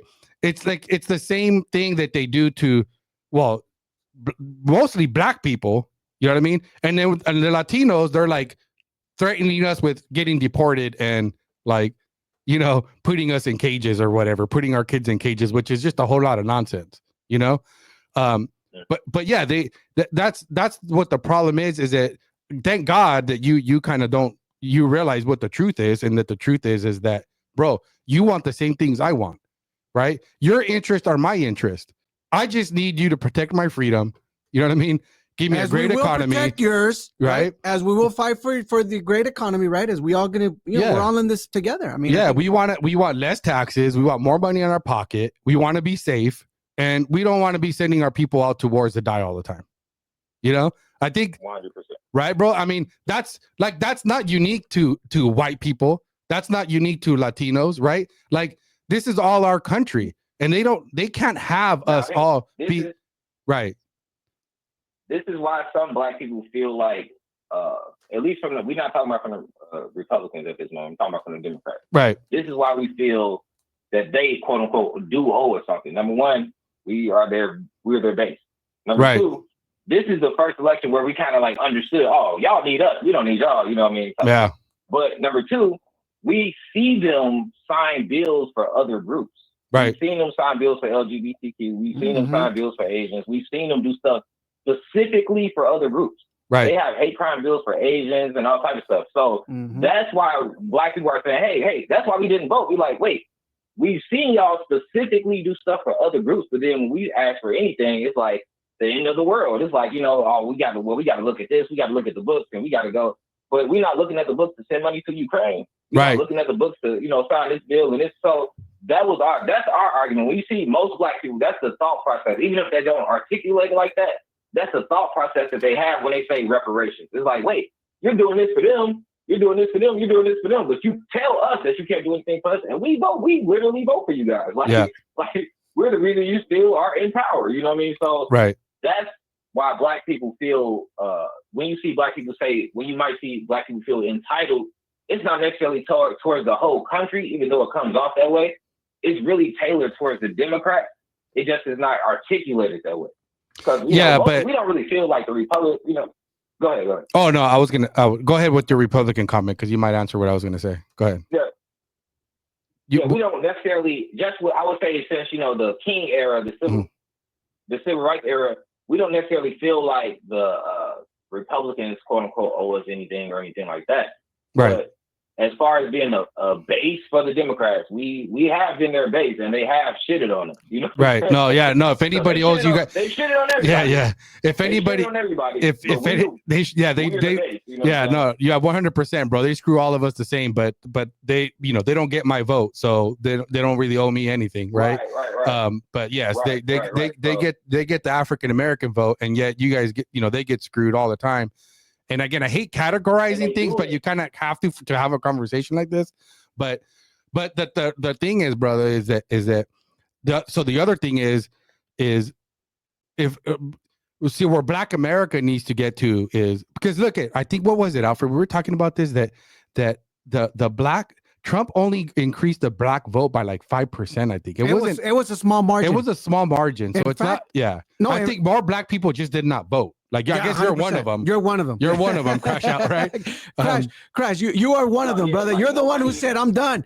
I'm done with the right or the left. The same damn bird. I'm not voting for this nonsense." I know a lot of people that didn't vote. Right. A lot of people didn't vote. Right. So now what we need is we need to get you guys like with us, bro. You know what I'm saying? Yeah. And I'm not saying, and again, it's not that there isn't corrupt people in the Republican Party, right? We were talking about earlier in the podcast. We're talking about like Marco Rubio. That guy's freaking shady, bro. You know? So we have our little demons in the Republican Party. But the difference between Republicans and Democrats is that in the Republican Party, like we're not just sheep, bro. Like we hold our people accountable as much as we can, you know? And in the Democratic Party, it's like you can't disagree because then you'll get canceled, bro. Either you're with the alphabet soup, either you're with if you're against women, you know, men going to women's bathrooms, you're out of the Democratic Party, bro. You're ousted, right? And that's where they lost us.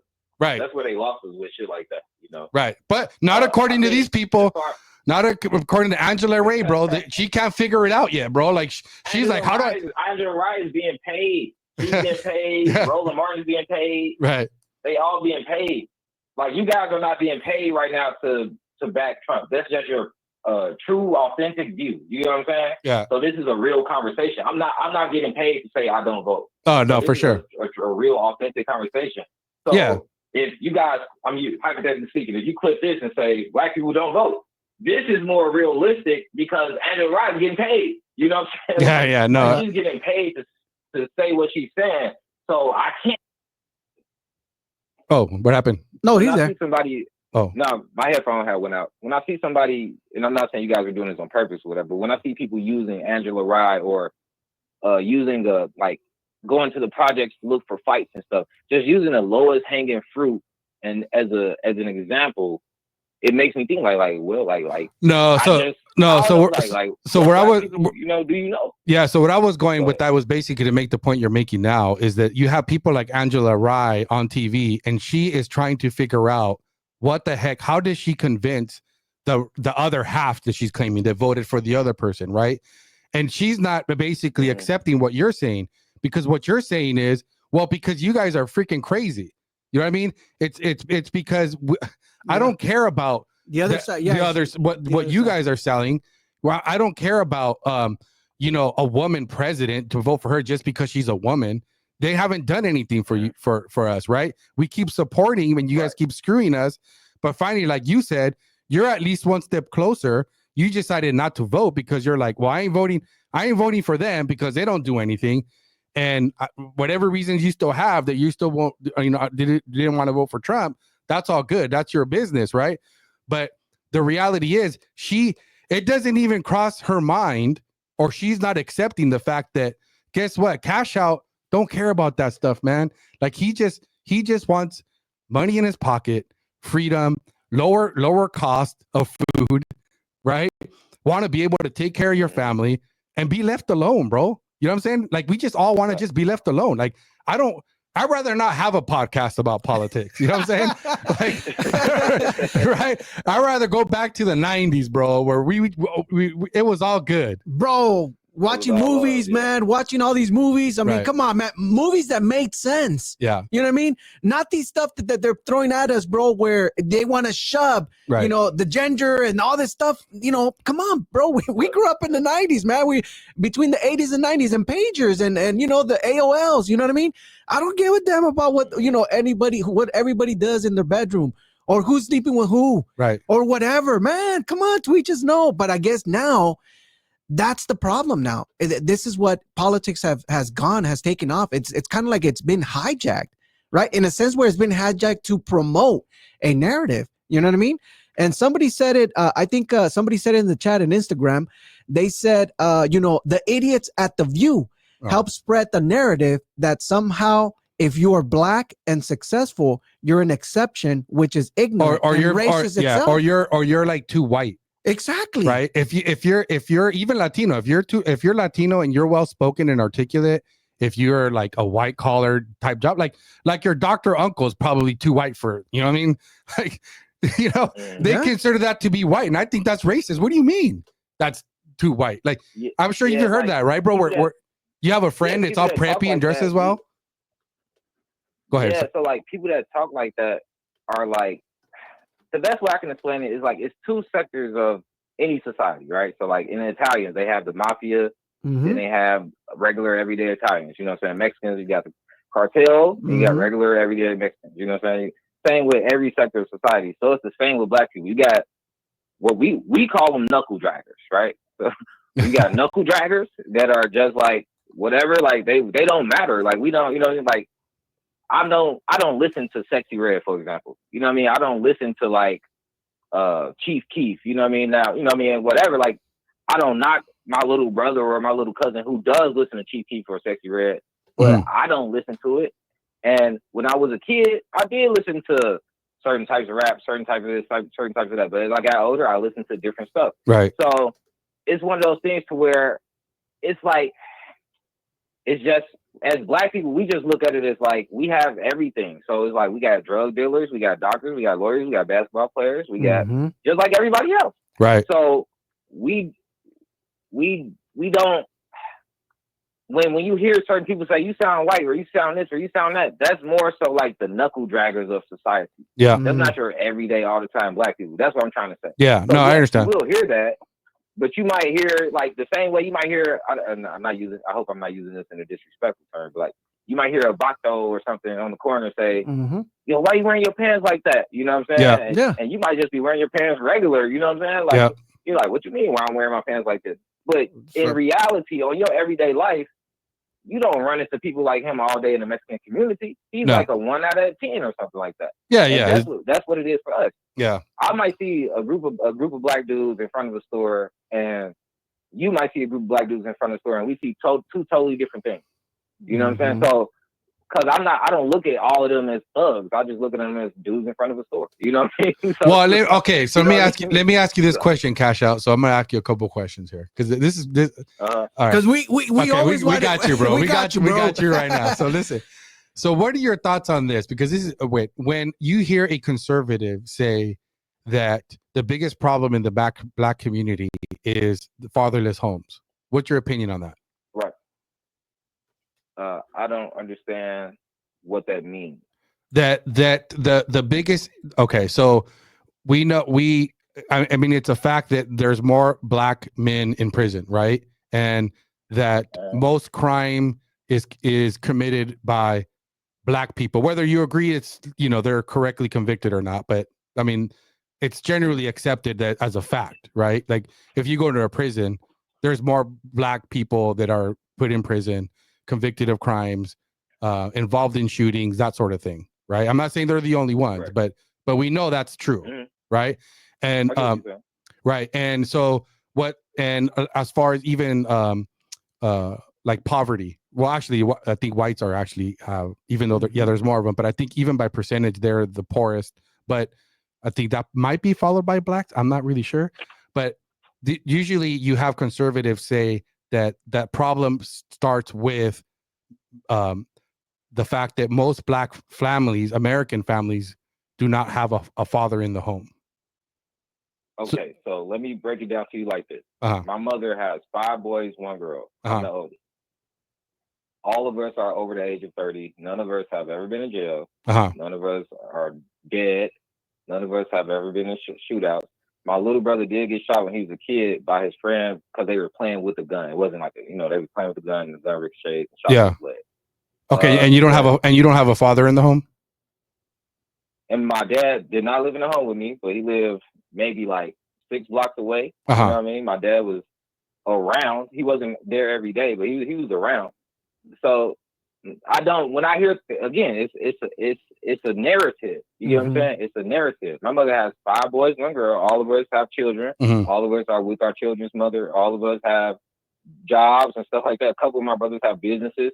So it's like, it's a narrative. Yes, there are black people that don't have their father that do stupid stuff. There are black people that I'm almost willing to say it's either equal or more black people that didn't have a father that used that as gas. You get what I'm saying? Mm. So I look at it as a narrative. The same way with with food stamps and stuff. How they say black people are on food stamps. Well, the highest it's a county in Kentucky. Look it up. I think it's called. Yeah, it's probably white people actually. Onsley County. Yeah, Onsley County, Kentucky. It's 99% white, and it's 90%. The whole county, 90% of the county is on EBT, and it's 99% white county. Yeah, I think So it's I think I think the majority of people on food stamps are white. Actually, I think so. It's a narrative. It's a narrative, and our problem as Black Americans, going back to my original point, is when we hear other people that are not Black speak this narrative, we feel like, we're not saying you are, we feel like you are the mouthpiece for the systematic system that you don't see, if that makes sense. Because the system is using you to use these narratives. So I'm not saying that's what you're doing, right? But it's like a beast that you don't see. You get what I'm saying? So I think maybe that maybe the problem. Well, I don't want to see that. I think the from our side of things, and this is fair, maybe this is not. That I think we feel like we need to help wake Black people up from the things that you agree with me on, right? Not just Black people, because like I was asking Alfred, like we have Latinos that are the same, right? Oh, 100%. But it's kind of like we need your help to destroy like these liberal crazy people that are getting us into war, because as soon as we get more American Blacks to wake up, the sooner we can get rid of these tyrants, man. You know, I guess that's kind of where I come from. I'm kind of thinking out loud, Cash Out, but I'm flushing it out of my head. It's not like intentional to be like, hey, but it's just the reality is that we need, you know, that's why, like, thank God for like Candace Owens. Thank God for guys like what's his name? Larry Elder. You know what I mean? Like, they won't let those guys be leaders of, you know, like Black, like I was asking Alfred just the other day, like I asked this question, like, why is the Black community the only ones that have leaders? Right? Like they have leaders. That's like the thing, we don't have, so that's again, like, and I'm not saying this too. I'm not saying you elected them. I'm not saying that you elected them and you declared them. You're like you yourself, right? But the media, right? The media has put leaders. They put leaders, or the system. We could call it, right? The system, the media put leaders out for you guys, right? But there's that's the system. Yeah. No, I agree. 100%. I agree. Yeah, we're on the same page. You know, and I guess when we're speaking on these issues, it's kind of to like call that out, like guys, you know what I mean? Like, you know, do you guys not see the system? So, like, that's what I would say the real systemic racism is. Like, that's the real systemic racism. When you hear Black people say the system, again, I'm not saying that I'm not coming at my race. Yeah. A lot of Black people we're not taking the time to sit down and have these conversations. We are having it from an emotional standpoint. Yeah. Like when I first came in here, I came in here from an emotional standpoint, right? So we're not having the time to sit down and have these conversations or whatnot. So when you sit down and have these conversations, I like to have conversations. Yeah. And I do have a lot of conversations with Black people that think outside the box. And the system is the narrative, like everything you're saying right now, how the media is doing this and the media, that's the system. They're not doing that to nobody else. They're not giving Asian people leaders. They're not giving Latinos leaders. Right. Why are they giving us leaders? Right. Exactly. Why are they rolling out Kamala as Black and she's not Black? Right. You get what I'm saying? Right. They're doing that for a reason. Right. So when you hear people, that the system is against us. Right. You know what I'm saying? Yes. So that's the system. Like, you know what I mean? When you hear people say fight the power, they wasn't talking about the police. They talking about the system. When you hear them say the man, they're talking about the system. Yeah.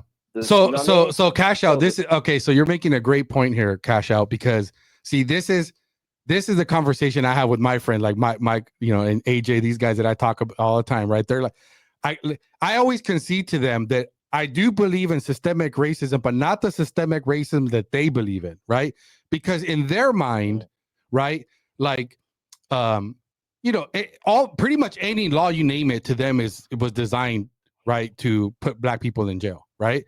And what I'm saying is, what I'm saying to them is like, okay, the real systemic racism is the fact that you guys have like, they put these leaders up for you guys that are, you're supposed to follow their orders, right? The real systemic racism is Planned Parenthood in your neighborhoods, right? Knowing that the majority of women going to get abortions are Black, right? Knowing that it was founded by Margaret Sanger, right? Who, I'm sure you know about her, right? So it's like I try to show them like all of this stuff that you guys claim. It's like that's the problem, is that the real systemic racism you're totally ignoring, and you're actually supporting the Democratic Party, because they're the ones funding all of these programs that are keeping you guys. They're the ones putting these leaders in your face. Right, they're the ones. That's where I agree. Yeah, that's why I agree with you guys that we do need to wake up, and when it comes to understanding what the real system is. But the system itself has them in. You know what I'm saying? It's like a double-edged sword. So, for instance, if like we'll say rap music, right? Yeah. Right. Rap music is ran by. I won't say the name. I don't want to get you guys messed up or anything. But we know who rap music is ran by, right? Well, yet we will still blame rappers for the music that's out. Yeah. That's not fair. That's not fair. Well, so I make sure. So I make any type of rap that you want. You don't have to listen to Sexy Red. You don't have to listen to Nas X or whatever. Right. You know what I'm saying? You could go listen to any. It's plenty of conscious rappers that I listen to right now. You could go listen to J. Cole. You don't have to listen to who they're getting you to listen to. But because social media has changed that though. So before you had the internet, they were the gatekeepers. So they wouldn't allow any alternative. See, that's the difference now. I mean, I don't know how old you are, but you know, you got to remember, before you had the internet, like if they didn't go through the gatekeepers, your music wasn't getting out, right, to the radio. Now, I'm more so talking about like nowadays, because it's like more nowadays the music is more violent. So that's what you hear a lot of people say. Rap music is violent. Rap music is violent. But they're only putting out the violent music is what I'm saying. It was more violent in the 90s, I would say. Although I don't listen to rap music nowadays, but the one I have heard, it's more sexually explicit. There's more sexuality in it. 100%. It's not as thug gangster like it used to be, you know. No, it was like I don't listen to it anymore. And again, I'm not gonna throw names out there, but yeah, back in the 90s, I mean, come on, 80s, 90s to the millennium. I mean, F the police. Yeah, NWA. I mean, it was raw. raw. Now they act like they act like they don't remember NWA. Like Snoop Dogg now is a legend. You know, they don't look at him the same as they did in 1993. Yeah. Right. So it's a lot of like revisionist history, and I'm 33 by the way. So okay. One thing I'll say about the 90s cats, because I had this conversation with a lot of older Black people, and they try to say that, and the 90s was, you know, the 90s was better. I'm not gonna sit here and say that. Hell yeah, it was. You know, oh man, come on now. Rap makes sense. Like it was better. Like it just seems like it was more fun back there. I'm not gonna lie. Yeah. However, I will say this. Like you just said, it was violent, and even for us, like, because they try to act like it's super sexualized now. They had fucking Freaknik back then. Well, everybody went to Atlanta just to fuck. Yeah. Like well, like, check this out, Cash. So I agree with you, and yes, I mean, it was more gangster, and I wouldn't listen to that now, and I don't recommend it. But you have to also remember, back then in the 90s, the big push was the Republicans were hated on because they were trying to shut that music down. Exactly. And I'm conflicted about that because I'm for free speech, right? But I also understand now we can even go back and in hindsight realize that they were right, because it's caused a lot of harm in, you know, even the Latino community, right? Mm-hmm. A lot of violence and all that was, and you can't deny that it doesn't have an impact and an influence on people, you know. So it was the conservatives back then, the Republican Party, that was trying to shut all that down, and they were being attacked for that. And in hindsight, when you look at that, it's like, okay, who would that really have protected? I'm not saying they were trying to protect Black people specifically, but who would that have benefited? It would have benefited minorities, us that actually listen to that type of music, and the young people, right? And we can look back and say, had they been successful and not been stopped by the Democrats, maybe we would be living in different times. You know, maybe we would have a better thriving communities. You know, and going back to the question on the fatherless, you know, we kind of started on that. We got away from it, but not having a father in the home. I mean, there's exceptions to the rule. I don't know if your father, even though your father maybe wasn't in the home, but if he was involved, maybe that had an impact. I can tell you, my dad left when I was 13. So, I mean, I turned out okay, but I think I would say that we're statistically, we are exceptions to the rule. And there's no denying that having a father in the home, especially in neighborhoods, you know, bad neighborhoods where kids and especially boys can be influenced, where they resort to looking to other people as fathers, like gang members or older kids. You know, you can't deny that that's a problem, and it's gonna cause 100%. I Yeah. don't want to, and that's one thing. I don't want to make it seem like we don't have problems in the black community. My whole narrative is we have the same way we want the same thing as everybody else. Yes. We have the same problems. It's Our problems just are not like it's just more. I guess the thing I will say though, and sorry to cut you off, but I'm not in Indianapolis, but I can tell you here in like California, I've said this before. Like I tell my wife this all the time, and I'm not a racist, bro. It's just I'm political and I pay attention to this stuff, right? And when I hear these things, it's like, okay, I look at my environment and I walk and I see, let's say you go to a mall, right? And you see a black family, right? It's rare to see a husband, wife, and a kid, right? Usually if I see that, it's not an American black family. It turns out to be like you know, like foreigner, like Africans, like, you know what I mean? Because you hear them talking, you're like, okay, that's not an American accent. So it's not, it's actually like I went camping like in July. I was at a beach campsite, and I go camping all the time, bro, all the time, right? And for the first time, I see a black family camping next to us. It was a husband, wife with their girls. It was they'd never been camping before. I ended up talking to them before I left because they hardly had any gear, bro. They had like a tent, and at night they had no lights, and they were using their car lights to light up their campsite. And they're from East LA. They'd never been camping before. And I was like, I actually was one of the first times I was wrong, because I told my wife, I bet you they're not American blacks. I bet you they're foreign black, like from another African country, right? And I told my wife, I had a bunch of gear, so I went and took them lights and I gave it to them, and I was chatting it up with them. And they were from East LA, you know, American blacks. And I actually told them, you know, it's rare to see a black family like camping. Like, it's just reality. Like, you don't see that. Or even not just camping. Is, we not messing with the wood. It's the beach, bro. It was on the beach. But no, it's just in general though. Like, you know, if you're on a flight, you know what I mean? It's not as common. It I guess it stands out. It's noticeable. It's noticeable. We just have different But I'm not saying it's unique to blacks, right? Because we have a high divorce rate. It's a problem, right? Across the board. It's not unique to black, but it is more prevalent, it seems, in the black community.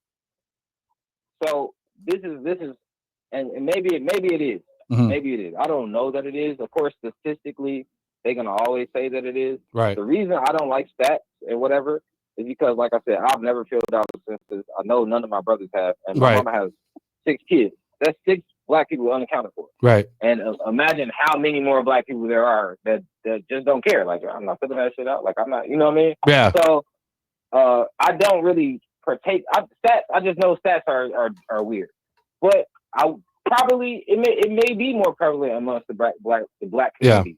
What I will say is this: it's not. I in my opinion, and maybe I could be wrong because I don't know. You know what I mean? I'm not like, my parents weren't married, so I can't say how I would be had they been married. You get what I'm saying? Yeah. So I don't know from my particular perspective, but just from what I see around me, most of the people that I know that don't have I know very few people that were bad just because they didn't have their dad.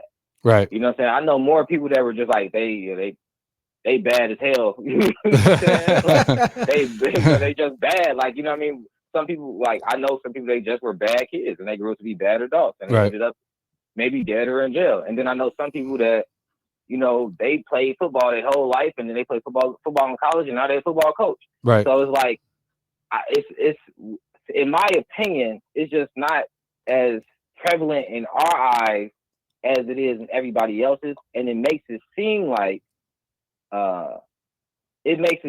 more of a narrative than an actual problem, if that makes sense. Because if it's not a problem to me, and it's not a problem to my brother, and it's not a problem to my cousin, and it's not, then why is it a problem to you, if that makes sense? I'm not saying that, you know, I mean, I'm not. Yeah, no, I know what you're saying, but I will disagree that I don't think it's just a narrative. I think that it actually is a problem. And I think that, again, not just for Black America, it's for all families. It's not ideal, you know, for you to, I mean, I would 100% because, say that, you know, of course, we would much rather want to have the father. So I'm not going to ever say that, like, never, 100%. Yeah, and there's going to be exceptions to the rule. It depends. It depends on your mom. Like, I don't know, your mom must have been like, she could be just an amazing mom that had you boys on check. You know what I mean? And made up for the fact that you didn't have a alpha dad there that when you got out of line, put you in check. Or, you know, just your personality didn't lend itself. You know, like you're talking about your friends that were just, you know, bad kids. Maybe by that you mean just, you know, rebellious or, you know, getting into trouble or whatever. But, you know, if they had, I don't know if they had a dad or not, but even if they had a dad, and if that dad didn't put him on check and did his job, maybe they would have had more of a positive impact or saved them from a lot of trouble, right? 100%. Yeah. And I do believe, I'm not going to sit here and say a father doesn't make a difference. I love my father to death. Right. Me and my father have a great relationship. So I'm not going to sit here and say that. Well, then there you go. Make a difference. That would Doesn't matter. Yeah. That would be disingenuous. Right. However, I'm just saying that I don't see it as like the people I know that don't have fathers, like a lot of them went to the Marines or a lot of them went to the Army. You know what I mean? A lot of them. So it's more that I know that didn't have fathers besides my family. I'm not just talking about like my immediate family. I'm thinking about like my friends, my brother's friends. Like I do know some, I'm not going to say it's not some that didn't make bad choices, but I know a lot more than made bad choices that they just live regular, you know, they're just regular Joe Schmoes. Now, again, California, Indiana is different, man. Like we just I was gonna tell you, bro. I'm from the hoodest of the hood. I'm from Gary, Indiana. Like I'm from it's a 100% black city. Yeah. Super liberal. Yeah. You know, probably never been red ever. So like I know liberal to the liberals of so that's the real hood, bro. You just told me everything I needed to know. Popular. Yeah, no, just kidding. Yeah, so like I was seeing gay women like dyke. That was around when I was a kid. Yeah. You know, transvestites and stuff, like we used to call them Hishis. That's what we used to call them when we were kids. Yeah. Hishis. So like I grew up around like in a liberal place. So I understand like crazy cooped out liberal people, but to me, it's not you know, I guess it does make an impact when they vote, you know what I mean? Yeah. But it's just like, you know, these just regular people, man. But they do need to wake up and there are a lot of black people that need to wake up. I agree with you guys there. Yeah. I'm not gonna hold you guys up the rest of the night, but no, it's all good. What man, it's already what? Was it 9 here? So 10, 11, like 12 o'clock, man. Bro, don't you got a job? Oh man, it's Thanksgiving. I've been in here grinding my turkey the whole time we've been on the phone. Hey, bro, thanks for calling in, man. Bro. Good conversation. You know, it's cool, man. Thanks for subscribing. And yeah, man, I kind of figured we probably didn't disagree very much. It sounds to me like you're on your way to becoming MAGA. So we got you not to vote Democrat, but now we need to get you to a point where I'm not going to say vote Republican, but you know, unfortunately, bro, we got to pay attention, you know, to save we can't no longer just kind of live our life without paying attention to politics and questioning some of these guys, kind of like what we're doing here. We're calling out Trump right now for some of these appointments that we're not agreeing with. Again, because bro, just because he's Trump don't mean nothing. I still know he you know, I'm gonna call him out when he's doing crazy stuff that I don't agree with. So you know, let me ask you: Have you always been Republican, or is it like newly since Trump? No, I was trying to remember how far I've been. Okay, I could tell you, I'm pretty sure I voted for Clinton. Okay, but that was my high school years, bro. But I can tell you for sure, I figured out the game and the truth when it was I kept saying 2006, but it was 2008 when Obama was running for president. That's when I heard him speak. That's when I started figuring out, wait, there's some crazy stuff. And the way he became to power from being nobody to all of a sudden we got this guy, like and listening to his speeches, and I'm just like, nah, bro. This guy's saying a whole lot of something, but nothing, and it's all fake and BS. And that's what started me down really paying attention to politics, the media, and all this stuff. And once you start questioning things and you start looking into things, your natural progression is you start becoming MAGA, bro. That's just what happens. I personally like Trump. The first time he ran in 2016, I voted for Trump.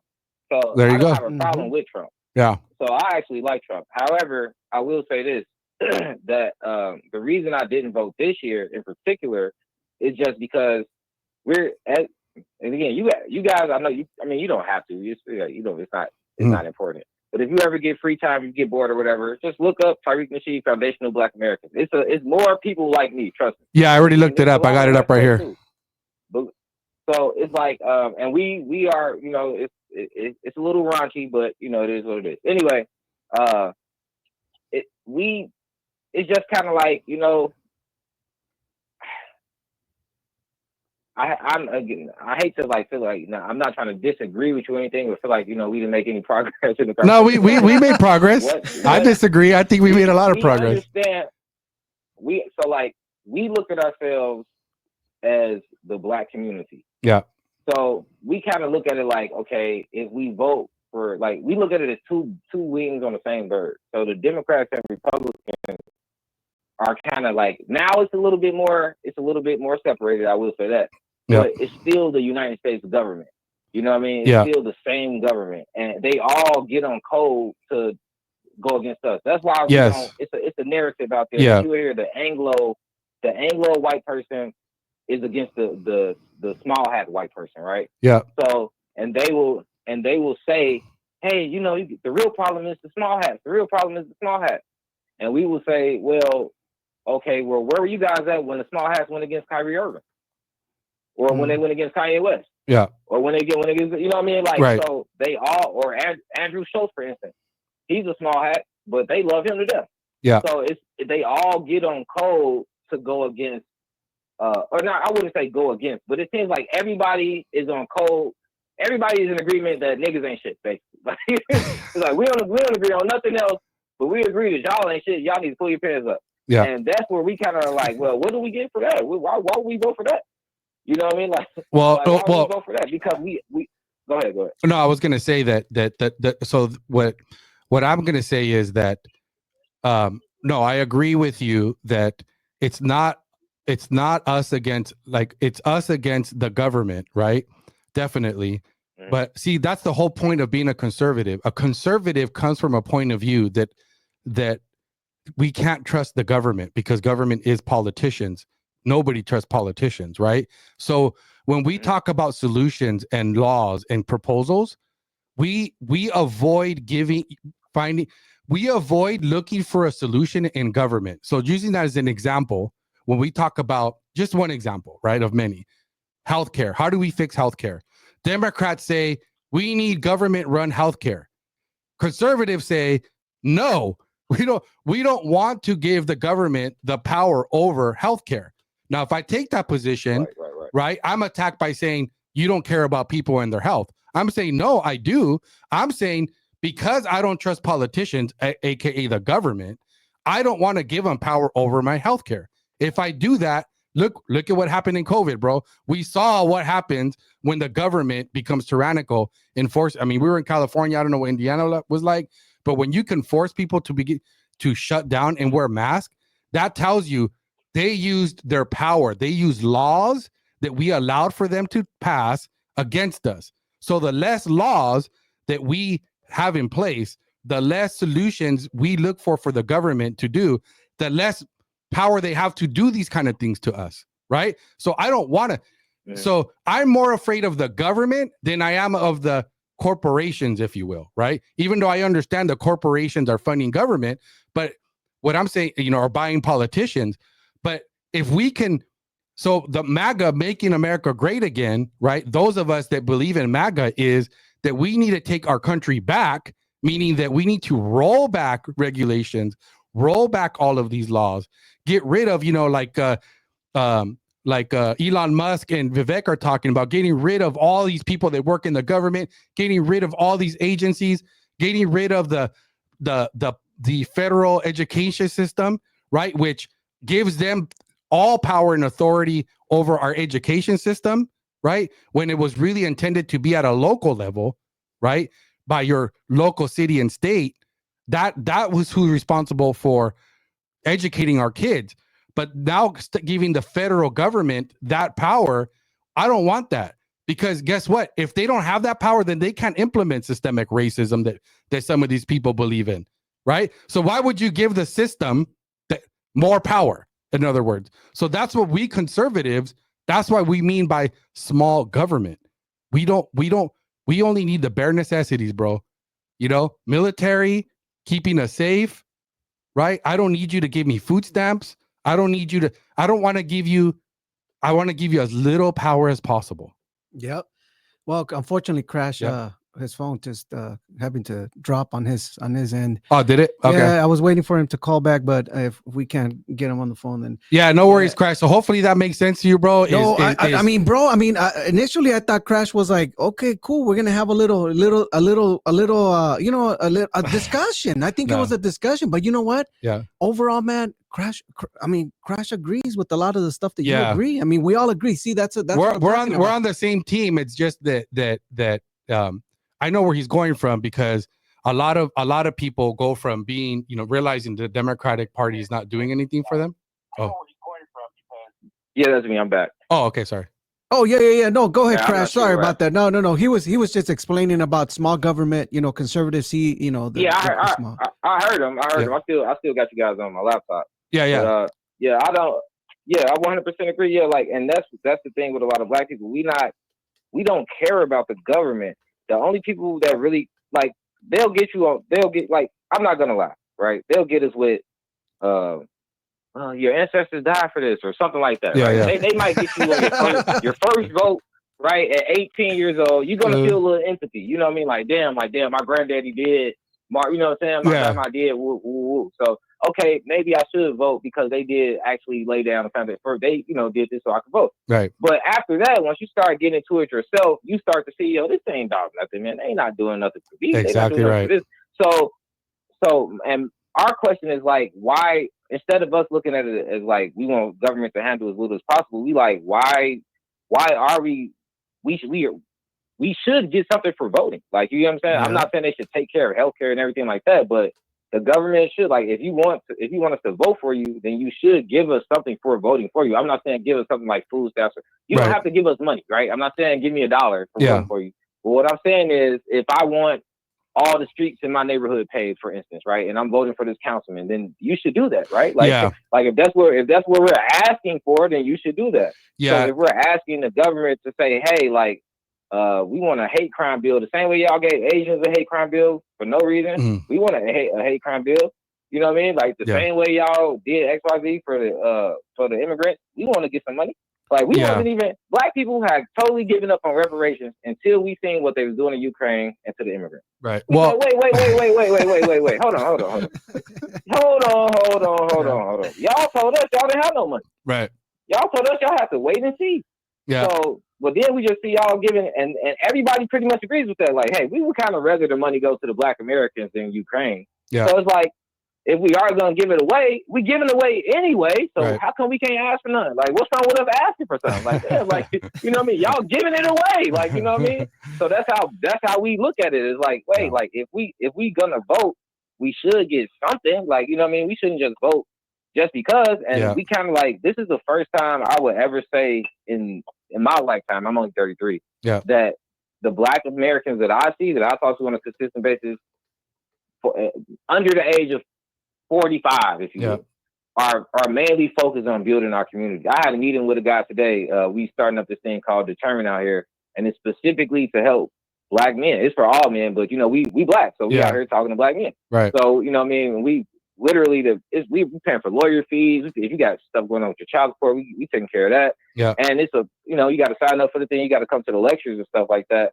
But we are in a situation right now where we kind of like, man, fuck the government. We just gonna focus on rebuilding our communities.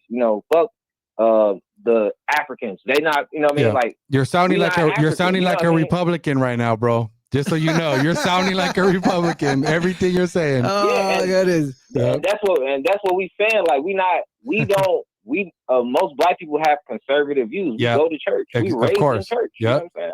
So that's you know what I'm saying? We might smoke a little weed, but most black people ain't out here doing coke and all this other crazy shit. You know what I mean? So we just like, you know what I mean? Like most black, like we do have gay people in the black community, but most black, I know very few black people that will touch a child.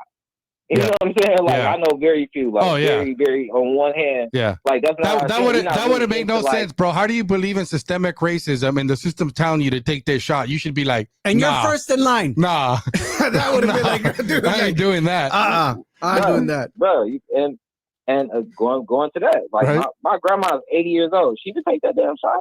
Yeah. She 80 years old. She knew better than that. Yeah. She's like, I'm not well, taking thank that God for shit. grandma. She was smart. Super smart, and she loved Obama dirty draws. She loved the Democrats, but she was smart enough not to take the shot because she understands. I'm not like fuck it. I'm like she don't trust the government that much. You know what I mean? So as she should. We have been, we've been kind of like scarred as a community. I'm not saying other people haven't. But we have a unique relationship to America. No, you do. Because the Democrat Party have had you guys on. We'll do this for us and we'll do this for you, and it never happens. Do you ever listen to Thomas Sowell? I do listen to. I don't listen to him, but I have listened to Thomas Sowell before. Okay. Thomas Sowell is another person. He's like, what's that guy's name? I can't think of his name. Larry Elder? Man, W.E.B. Du Bois. Have you ever heard of W.E.B. Du Bois?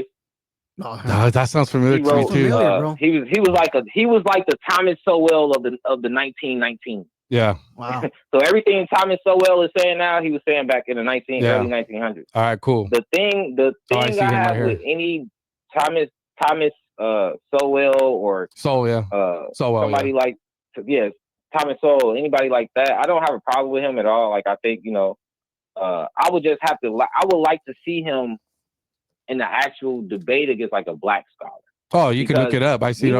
You could, you should look. I mean, you can just YouTube it. I'm gonna have to look some of that stuff. Yeah. So I'm not that well versed in Thomas Sowell, but I will say the black community looks at people like that as coons. Yeah, not because he's talking down on the black community, but because his audience is white. Yeah. So you could talk down on the black community if you have done something for the black community. That's why we don't fuck with Larry Elder. It's not because we don't fuck with him, but he ain't. You only come out to talk down on us. You don't come out to help. Like Bill Cosby, for example, he's a perfect example. Mm-hmm. He talked hella shit about the black community. Mm-hmm. We need to pull up our pants. We ain't nothing but thugs. We ain't this and that. Yeah. But on the flip side of that, he put out A Different World. He put out the Bill Cosby Show. He did a lot of stuff. He had love. He had real pure love for the black community. Yeah. So when he got in trouble, what did we do? Hey, y'all, let Bill go. Leave Bill alone. Right. We got behind him. Yeah. So when somebody has love for the black community, we don't care if you straighten us out a little bit and tell us, hey, man, go pull your pants up, bro. Stop doing this, stop doing that.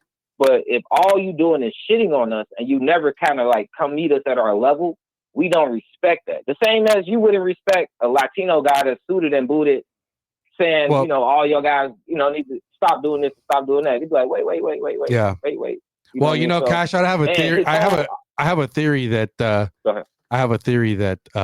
Bill Cosby was removed from the scene because, and this is just a theory. But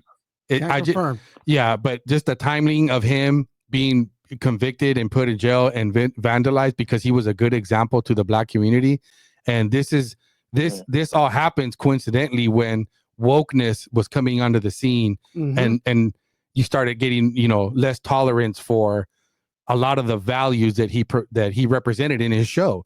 His show was a good example for a community, right? Example. Right. So that's a problem. That's a problem, bro. They had to get rid of him. That's my theory. I just think it's odd. I didn't follow the case too closely, but I just find the timing of it that all of a sudden these accusations come up, and we know that this is a strategy that gets used to all of the left's enemies, right? Where they'll come out with all these accusations. They'll roll out Laura Albright with some woman claiming that they were sexually abused or whatever. So I just find it odd that they got rid of Cosby and when this happened. They don't tolerate people like him. Now let's say your theory is right. Look, now let me put on my tinfoil kufi and say your theory is right. Who and why? What is the point? Why do you not want a good example for Black people? What is the point? Because as long as economic value are you getting out of that? It's something you're getting some value out of. Yeah, you're getting a voter base. You're getting people reliant on you to vote for you because you're promising them goodies. That's what you're getting. You don't want them to again have a example of a family where you have a doctor and a mom. They're independent, don't rely on the government. They have their son, their kids, they're raising them right. They can't have that. They need people to be living in the hood, having problems, violent, because they can always be the solution. If there's no problem, then what are they solving? It's the same thing they do at the border. If they fix the border, they can no longer go to the Latinos and say, hey, those evil Republicans, if you vote for them, they're gonna deport you. Well, if you didn't have a problem, there would be nothing for them to solve. It's the same thing that happens, right? They get into power. They never solve the problem, right? Both sides don't solve the problem. Trump's the only one that's actually trying to solve the problem by closing the border, not just closing the border, but then passing policies that make sense so that people can come into the country easier, right? Get in here a lot easier, a lot more streamlined, but also making sure that we're keeping bad people out of the country, right? So that's the problem, because right now it's hard. I can't just have my Tío Jose come over to Disneyland. It's not that simple. You know what I'm saying? So, we want to fix that so that people don't feel like they have to, risk their lives crossing the border. But again, if they solve that problem, guess what? The Democrats can't go to Latinos and say, hey guys, don't vote for those guys, right? And we're going to give you guys amnesty and we're going to give you guys all this goodies. It's the same game they do to the Black community, but it's just a different problem, right?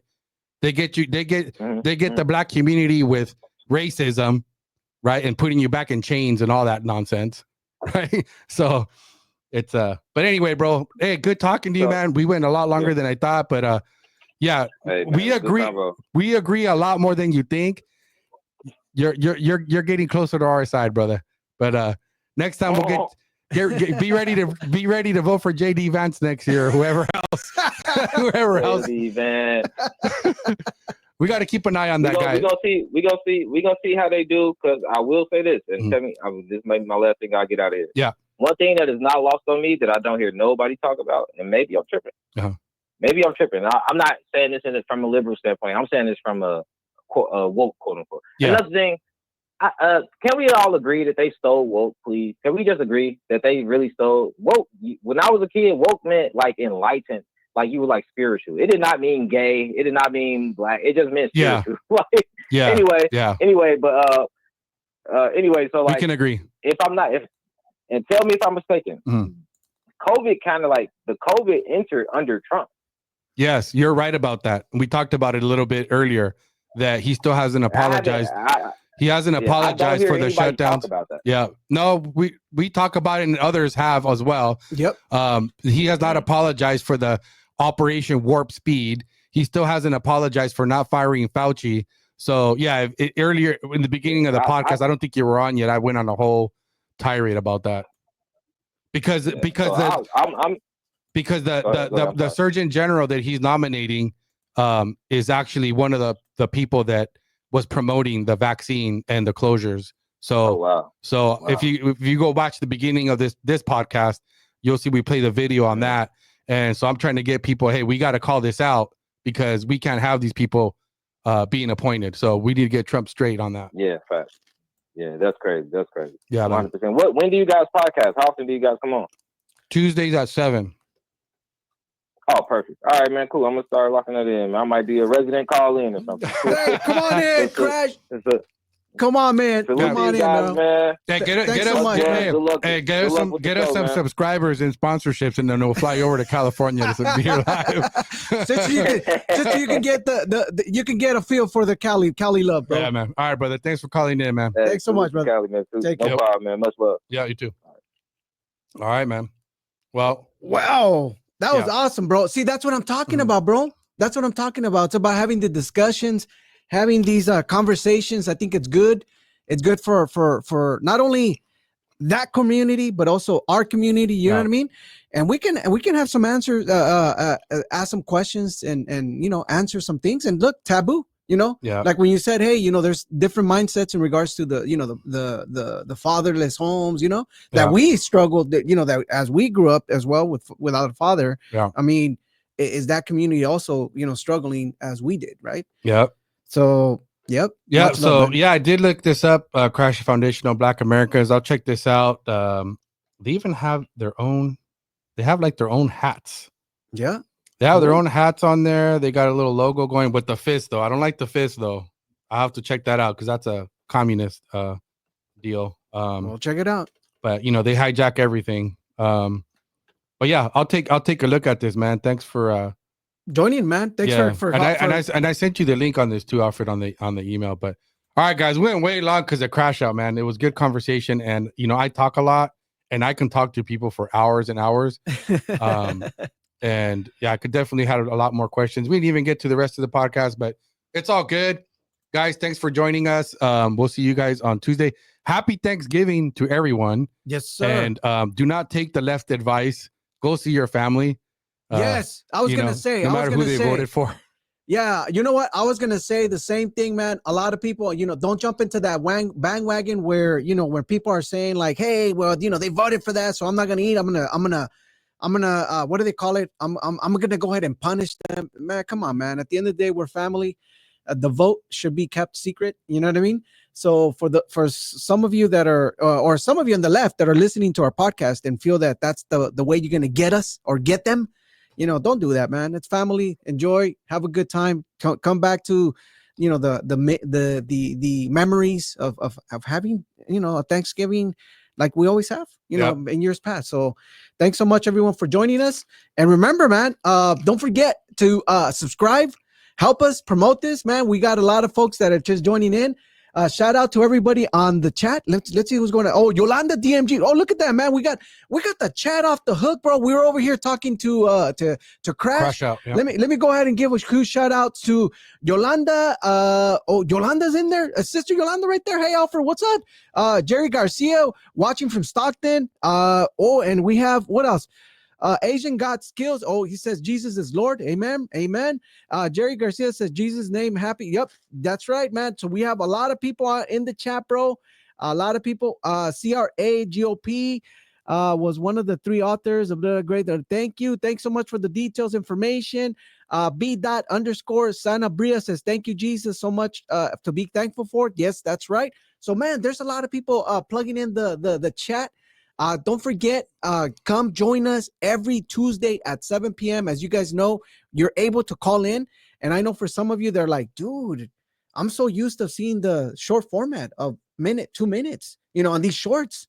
And now, well, for us, short is an hour and 45, and we're like 2.5 hours probably. Dude, come on, this is what podcasters do. You know what I mean? Podcasters do. They go for an hour and so bad, but we're so grateful. We're so thankful to Lexit for allowing us to do these streams, man, because a lot of people want to have these conversations, man. Yeah. So thank you so much for joining us, and we'll see you guys here next week. And don't forget, man, help us share. So do us a favor. Go ahead and hit share for us so we can continue to reach more people, because that's the only way we can beat the algorithm, right? If you can share. So that's about it, man. Thank you so much for joining us, man. Thank you. God bless. Take care.